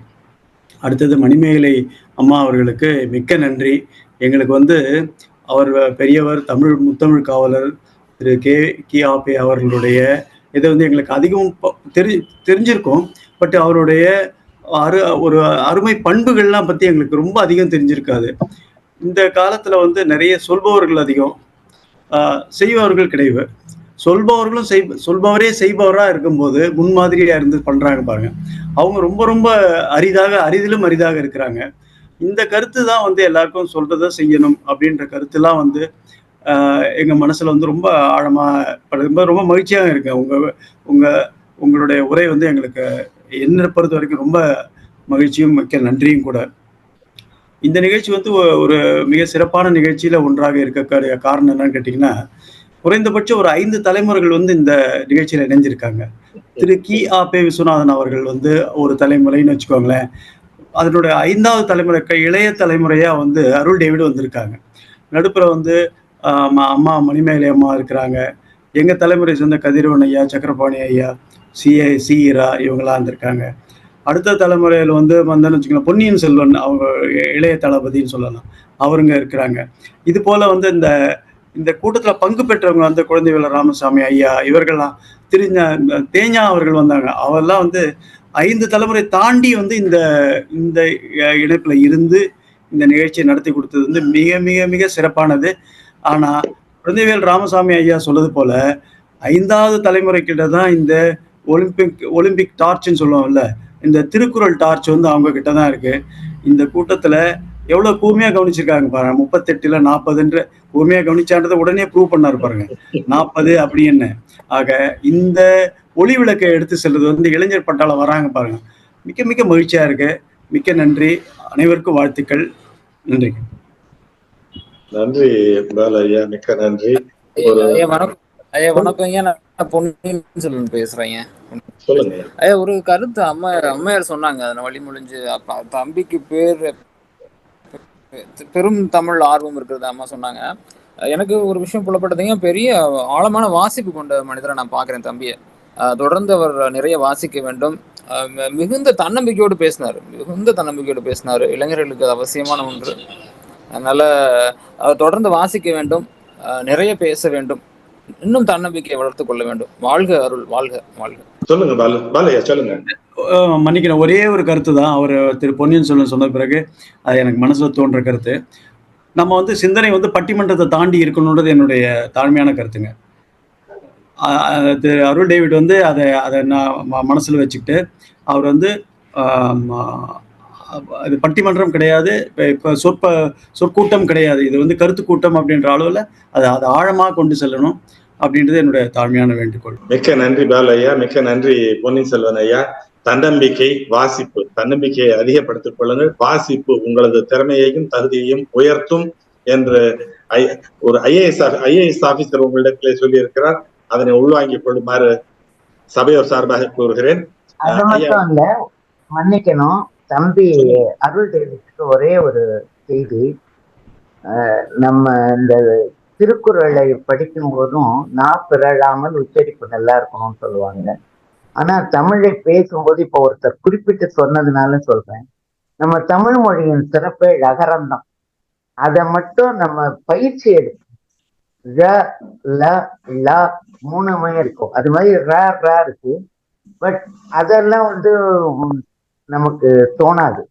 பேசும்போது மற்றவர்களுக்கு பளிச்சுன்னு தெரிகிற குறை என்னன்னு கேட்டா ழகரம் தான்.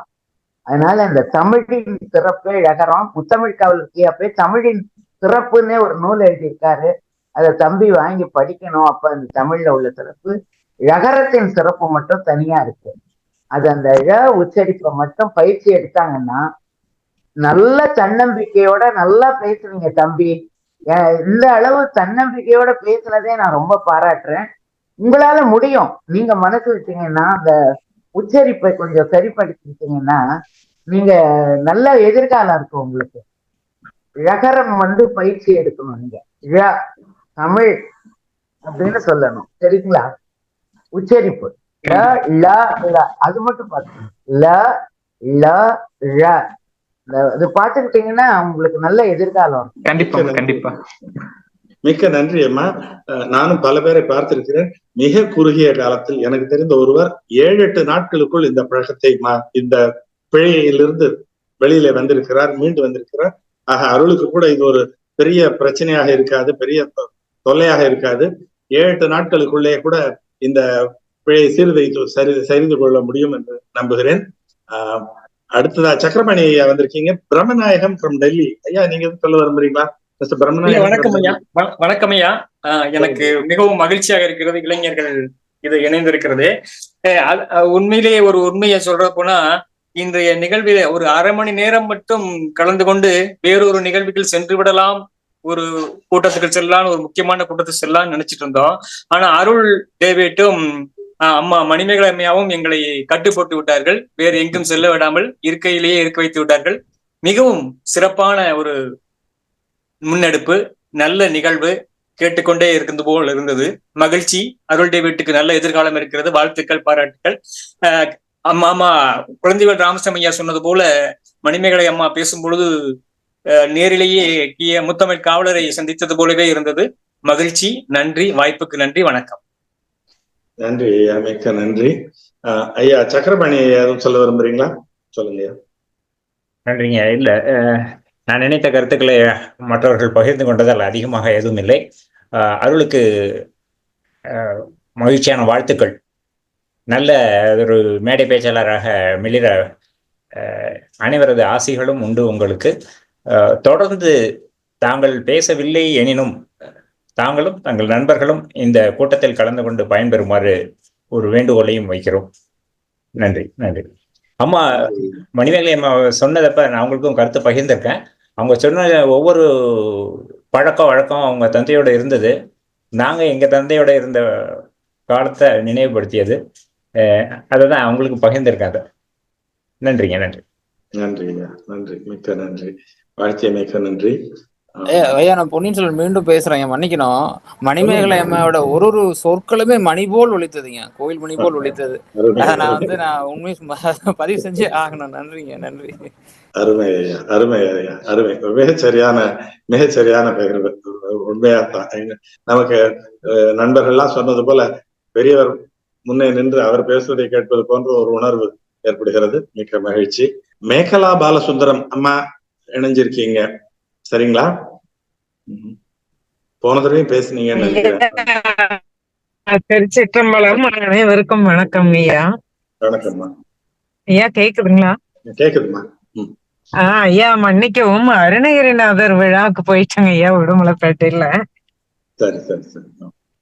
அதனால அப்புறம் சரி கடைசியில நீங்க எல்லாம் என்ன பேசுறீங்கன்னு கேட்டுக்கலாமே அப்படின்ட்டு வந்தங்க ஐயா. ரொம்ப நன்றி. மகிழ்ச்சி. கடைசி நேரத்துல வந்து இணையணும்ன்ற அந்த ஆர்வத்துக்காக உங்களை பார்த்து இன்னும் எங்களுக்கும் அந்த ஆர்வம் அதிகமாகுது. மிக்க மகிழ்ச்சிமா. நன்றி. மணி 8:05. நாம் நிறைவு பகுதியை நெருங்குகிறோம். நிறைவாக நன்றி உரைக்கு முன்னர் ஐயா சிஆர் அவர்களை தங்களது கருத்துக்களை பகிர்ந்து கொள்ள அழைக்கிறேன். அதாவது எனக்கு பேச்சே வரல, அவ்வளவுதான். அது மகிழ்ச்சியும் நெகிழ்ச்சியும் நிறைந்த தருணமா நான் அதை பாக்குறேன். எல்லாமே சொல்லிட்டீங்க, நீங்க சொல்ல வேண்டியதெல்லாம் சொல்லிட்டீங்க. என்னன்னா பொன்னியின் செல்வன் சொல்ற மாதிரி இது வந்து ஒரு மேடை பேச்சாளர்களையோ அல்லது பட்டிமன்ற பேச்சாளர்களையோ உருவாக்குறதுக்கான மேடை அல்ல. இந்த தளம் அல்ல. எங்களுடைய நோக்கமே என்னன்னா, நீங்க வந்து ஆட்சியில அமரணும், நீங்க வந்து ஆட்சி பணியில அமரணும், உயர்ந்த ஆட்சி பணியில அமரணும், குடிமை பணியில வரணும், பல துறையில போகணும் தமிழர்கள். ஏன்னா தமிழர்கள் வந்து அறம் சார்ந்த மனிதர்கள். திருக்குறளை ஒருத்தர் படிக்கலனா கூட தமிழா பிறந்தாவே அவங்க திருக்குறளுடைய கருத்துக்கள் விழுமியங்கள் வாழ்க்கையில இருக்குன்னு ராமசாமி தமிழ்நாட்டில் காந்தி எழுதினவர் பதிவு பண்றார்.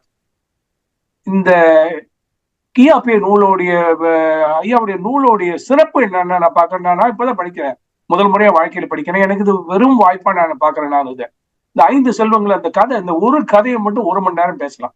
மணியும் முத்தும் எப்படி வந்து நண்பர்களா இருந்து உறவுகளாக மாறுறாங்கிறது அந்த கதை சொல்லுது. அண்மையில கூட ஒரு பட்டிமன்றம் நடந்தது சுகேசிவம் தலைமையில கோயம்புத்தூர் பக்கத்துல. மிகுந்த மகிழ்ச்சி அளிப்பது நட்பா உறவான்னு சொல்லிட்டு இந்த ஐயா கியாபே இந்த இதுல என்ன சொல்றாருன்னா, அதுல பட்டிமன்றம் எப்படி முடிக்கிறாங்க அப்படின்னா, சுகேசிவம் முடிக்கிறாருன்னா, நட்பு சிறந்ததா உறவு சிறந்ததான்னு சொல்லி கேள்வி எழுப்பி, நட்பே சிறந்ததுன்னு சொல்ல கிடையாது, உறவே சிறந்ததுன்னு சொல்ல கிடையாது, உறவாகும் நட்பும் நட்பாக இருக்கும் உறவும் நல்லதுன்னு சொல்லி அதான் சிறந்த மகிழ்ச்சி அளிக்குன்னு சொல்றாரு. இந்த மணியும் முத்தும் கதையில அவங்க செல்வத்தை தேடி போறாங்க. அவங்க அப்பா வந்து பெரிய மணியோடைய அப்பா பெரிய செல்வந்தர், முத்துவும் மணியும் ரொம்ப நெருங்கிய நண்பர்கள், சிறந்த விழுமியங்கள், உணர்வால் ஒத்தவர்கள். அவங்க போகும்போது போயிட்டு ஒன்னொன்னா போட்டு ஓதி உணர்ந்தும் பிறர் குறைத்தும் தானடங்கா பேதை வரைக்கும் போயிட்டு, இதெல்லாம் செல்வம் இல்லை, யார் கற்றபடி நிக்கிறாங்களோ அவங்கதான் செல்வம், யார் ஒழுக்கத்தோடு இருக்காங்களோ அவங்கதான் செல்வம், ஒழுக்கம்தான் உயிரினும் ஓம்பப்படும் அப்படின்னு சொல்லிட்டு, ஒழுக்கம்தான் வந்து சிறந்த செல்வம், அந்த ஒழுக்கம் இருந்தா எல்லா செல்வம் வந்துன்னு சொல்லிட்டு திருச்செல்வம்னு சொல்லிட்டு எல்லா பிள்ளைங்களும் இந்த முத்து மாதிரி திருச்செல்வர்களாக இருக்க வேண்டும், எல்லா தங்கைகளும் வந்து திருச்செல்வ இது மாதிரி திருச்செல்வியாக இருக்க வேண்டும், திருநிறை செல்வியாக இருக்க வேண்டும்னு கியாபே ஐயா முடிப்பாரு. அப்புறம் அந்த முத்து வந்து மருமகனா மாறிடுவாப்புல, மணியோடைய மைத்துனரா மாறிடுவாப்புல. அது மாதிரி கதையை வந்து ஐயா கொண்டு போயிருப்பார். இந்த கதை எவ்வளவு ஒரு அருமையான கதை. அது ஒரு திரைப்படத்தை பாக்குற மாதிரி ஒரு இதை கொண்டு வந்து சேர்த்துட்டாரு. நீ தம்பி அருள் வந்து ரொம்ப உணர்வு, வந்து டீனேஜர் தான் நினைக்கிறேன், 20 போயிருக்க மாட்டாரு. ஏன்னா 2ஆம் ஆண்டு கலை அறிவியல் படிக்கிறாரு. ஒரு டீனேஜர் வந்து இவ்வளவு ஆழமா உள்வாங்கிட்டு பேசுறது ரொம்ப சிறப்பா இருந்தது. எல்லாரும் சொன்னாங்க, அதுல குறை நிறைகள்லாம் சொன்னாங்க. நிறைகளை எடுத்துக்கொண்டு குறைகளை வந்து கண்டிப்பா நீங்க நிவர்த்தி பண்ணிட்டீங்கன்னா சிறந்த ஒரு தமிழ் நீங்க சொற்பொழிவாளரா வருவீங்க. அதையும் தாண்டி நீங்கெல்லாம் ஆட்சி பணிக்கு வரணும், குடிமை பணிக்கு வரணுங்கிறத எங்களுடைய ஆசை. திரளாக நீங்கள் சேர வேண்டும். ஏன்னா இது என்ன நான் திரும்ப சொல்றது என்னன்னா, IAS IPS எக்ஸாமுக்கு குடிமை பணி தேர்வுக்கு எத்திக்ஸை பத்தி ஒரு பேப்பர் இருக்குது. அந்த பேப்பர்ல வந்து திருக்குறள் சார்ந்த விழுமியங்கள் தான் கேள்வியா வைப்பாங்க. ஒருத்தன் திருக்குறளை நல்லா ஆழங்கால் பட்டிருந்தாங்கன்னா அந்த 300 மார்க்குன்னு நினைக்கிறேன், பொன்னியின் செல்வன் கரெக்ட் பண்ணலாம். அது அப்படியே வந்து உங்களுக்கு அதுல கிட்டத்தட்ட 250 மார்க் வாங்கறதுக்கு மட்டுமல்ல, உங்களுக்கு நேர்முக தேர்வுக்கும் பயனுள்ளதா இருக்கும். அதே மாதிரி மாநில அரசு நடத்தக்கூடிய தேர்வு, குடிமைப்பணி தேர்வுக்கும் இந்த திருக்குறள் வந்து திருக்குறள் தமிழ் பேப்பருக்கு மட்டும் இல்லை, எல்லா இது உங்களுக்கு வந்து நேர்காணல் வரைக்கும் மிக பயனுள்ளதா இருக்கும். அதாவது வாழ்க்கைக்கும் பயனுள்ளதா இருக்கும், பொருளும் நீங்க சம்பாதிக்கலாம், நல்ல வாழ்க்கையும் நிறைவான வாழ்க்கையும் வாழலாம். அதனால இந்த நிகழ்ச்சி வந்து நோக்கமா வந்து திருக்குறள் அறத்தை வந்து நம்ம பரப்பணுங்கிறது தான். அதுல வந்து ரொம்ப எளிமையான நூல், ரொம்ப ஆழமான நூல், ஒரு வாழ்ந்த மனிதர். வள்ளுவர் சொல்லுவார், இழுக்கல் உடையொழி ஊற்றுக்கோளிட்டு ஒழுக்க முடியார் வாய்ச்சொல். ஐயா தேனி ஐயா ஆகட்டும், சரவண செல்வன் ஆகட்டும், அம்மா சொன்னதாகட்டும், எல்லாம் அவருடைய பன்முக அந்த விழுமியங்களை தான் நமக்கு வந்து நமக்கு எடுத்து காமிக்கிறது. ஒன்னொன்னும் ஒரு ஒரு முக்கியமான இது. அதை தன்னுடைய வாழ்க்கையில் கடைபிடிக்காத அவர் சொல்லவே கிடையாது. அந்த கடைபிடித்தது சொன்னாரு. அதனால்தான் வந்து அந்த அந்த வாய்ச்சொல்லுக்குன்னு ஒரு ஒரு ஒரு ஒரு பவர் உண்டு. அது போய் உள்ள போய் அப்படியே உட்காருது. அதனால வந்து இதுக்கு மேல நான் ஒன்றும் பெருசா சொல்றதுக்கு இல்லை. ரொம்ப சிறந்த நிகழ்ச்சி. 2 பேர்லாம் சொல்லும் போது குறிப்பா அந்த பம்மல் சம்பந்த முதலியார் முழுசா சொல்லி விடணும். ஏன்னா அவங்க பேர் அப்படிதான் எழுக்காங்க. அதுல வந்து இந்த பெயர்கள், திருக்குறள், மேற்கோள்கள் இதெல்லாம் காமிக்கும் போது அப்படியே அதுல எந்த விதமான தவறு எழுதி வச்சுட்டு அதை படிச்சிடலாம், ஒன்றும் தப்பு கிடையாது. ஏன்னா மிகப்பெரிய பேச்சாளர்கள் தான் வந்து ஆயிரக்கணக்கான பாடல்கள் வந்து மனசுல வச்சிருப்பாங்க. நம்ம ப்ரொஃபஷனல் ஸ்பீக்கரா மாறதெல்லாம் கிடையாது. அதனால வந்து நம்ம போனாலும் நல்லா இருந்தா அது இருந்தாலும் அதை வந்து சரியா உச்சரிக்கிறது ஒழிப்பு இருக்கணுங்கிறது என்னுடைய வேண்டுகோள். அந்த சரவண செல்வன் சொன்னத ஒரு சின்ன விஷயம் மட்டும், எனக்கு ஒன்றும் வண்டி சத்தம்லாம் கொடுக்க வேண்டாம், தனியா தர வேண்டாம், நான் வேற ஒரு நிகழ்ச்சிக்கு வந்திருக்கேன்னு சொன்னது ஐயா அந்த காலம் அது. இன்னைக்கு எனக்கு தெரிஞ்சு சமூகத்துல மிக உயர்ந்த நிலையில் இருக்கவங்க, நல்ல பொருள் வச்சிருக்கவங்க ஒரு ஊருக்கு பேச போனாங்கன்னா ஒவ்வொருத்தர் 4 மீட்டிங் போட்டாங்கன்னா 4 மீட்டிங்லயும் வந்து அவங்க காசு வாங்கிடுறாங்க, டூ அண்ட் ஃப்ரோ காசு வாங்கிடுறாங்க. போறது ஒருத்தர் தான் போறாங்க, டூ அண்ட் ஃப்ரோ வாங்குறாங்க. அது இல்லாம ஒவ்வொரு நிகழ்ச்சிக்கும் அது அவங்க ஏதோ ஒரு உரிய தொகையை வாங்கிடுறாங்க. அது வேற விஷயம், அது அவங்கவுங்க தனிப்பட்ட விஷயம். ஆனா அந்த போக்குவரத்து செலவு கூட 4 பேர் கூப்பிட்டா 4 பேர் வாங்குறாங்கிறது 15 ஆண்டுகளுக்கு முன்னாடியே ஒரு பெரியவர், நான் மிகவும் மதிக்கக்கூடிய பெரியவர் ஒருத்தர் சொன்னார், இது மாதிரிலாம் பண்றாங்க நாட்டுல, என்ன பண்றது அப்படின்னு சொல்லிட்டு ரொம்ப வருத்தப்பட்டார். எனக்கு அப்ப தமிழர்கள் எங்க இருந்து நம்ம ஒரு 50 ஆண்டு காலத்துல, ஒரு 40 ஆண்டு காலத்துல எங்க இருந்து நம்ம எங்க கீழே வந்திருக்கோம், இந்த விழுமியங்களை மீட்டெடுக்க வேண்டாமா? அப்ப இந்த மாதிரி இளைஞர்கள் இன்னைக்கு வந்தது உண்மையிலே சொல்ற வாழ்க்கையில இன்னைய நிகழ்ச்சி வந்து எனக்கு ஒரு ரொம்ப மனதை நிறைவை தரக்கூடிய ஒரு நிகழ்ச்சி. அது தொடர்ந்து நம்ம பயணிப்போம், தொடர்ந்து இளைஞர்களை கூட்டுவாங்க, நம்ம வந்து எல்லோரும் சேர்ந்து பயணிப்போம். தமிழகம் ஒரு ஒப்பற்ற சமுதாயம், அறம் சார்ந்த சமுதாயம். தமிழர்கள் திறமையானவர்கள், அறம் சார்ந்தவர்கள் அப்படிங்கிறது ரெண்டுமே தேவை. அறனும் தேவை, திறமையும் தேவை. அறம், திறமை, நேர்மை இது எல்லாமே தேவை. இது எல்லாமே வள்ளுவர் நமக்கு சொல்லிக் கொடுக்கிறார். வெறும் விழுமியங்களை மட்டும் சொல்லிக் கொடுக்கல, எப்படி திறம்பட செயலாற்றுவதும் வள்ளுவர் சொல்லிக் கொடுக்கிறார். நம்ம தொடர்ந்து பயணிப்போம். ரொம்ப மகிழ்ச்சிங்க. நம்மோட வந்து இந்த ஸ்பானிஷ் மொழியில மொழிபெயர்த்த ஃபாதர் ஜான் பக்திஸ் இணைந்திருக்காரு. அவர் ஏதோ சொல்ல விரும்புறாரு, அது சொல்லிட்டு நம்ம நிகழ்ச்சி நிறைவு பண்ணிக்கலாங்க. நன்றி. எல்லோருக்கும் வணக்கம். ரொம்ப மகிழ்ச்சி. நேற்றுதான் திருவாளர் ராஜேந்திரன் அவர்கள் என்னை அழைத்தார், இந்த ஒரு அழைப்பு கொடுத்தார். அவருக்கும் நன்றி. நீங்கள் செய்கின்ற மிக சிறந்த பணி, வருங்கால இளைஞர்களுக்கு அந்த பணியை நீங்கள் சிறப்பாக செய்து கொண்டு வருகிறீர்கள். அதற்கு வாழ்த்துக்கள். இறைவன் உங்களை ஆசிர்வதிப்பாராக. நான் அந்த இளைஞர்களுக்கு சொல்லுகிறது ஒரே ஒரு சின்ன கருத்து தான். நான் ஒரு கத்தோலிக்க குரு, என்னுடைய விவிலியத்துல சொல்லப்பட்டிருக்குது, உள்ளதும் எடுக்கப்படும் அப்படின்னு. அதாவது நம்ம உள்ள திறமைகளை நம்ம பயன்படுத்தலைன்னா அது மறைஞ்சிரும். நான் 20 வருஷமா வெளியில இருக்கிறேன்.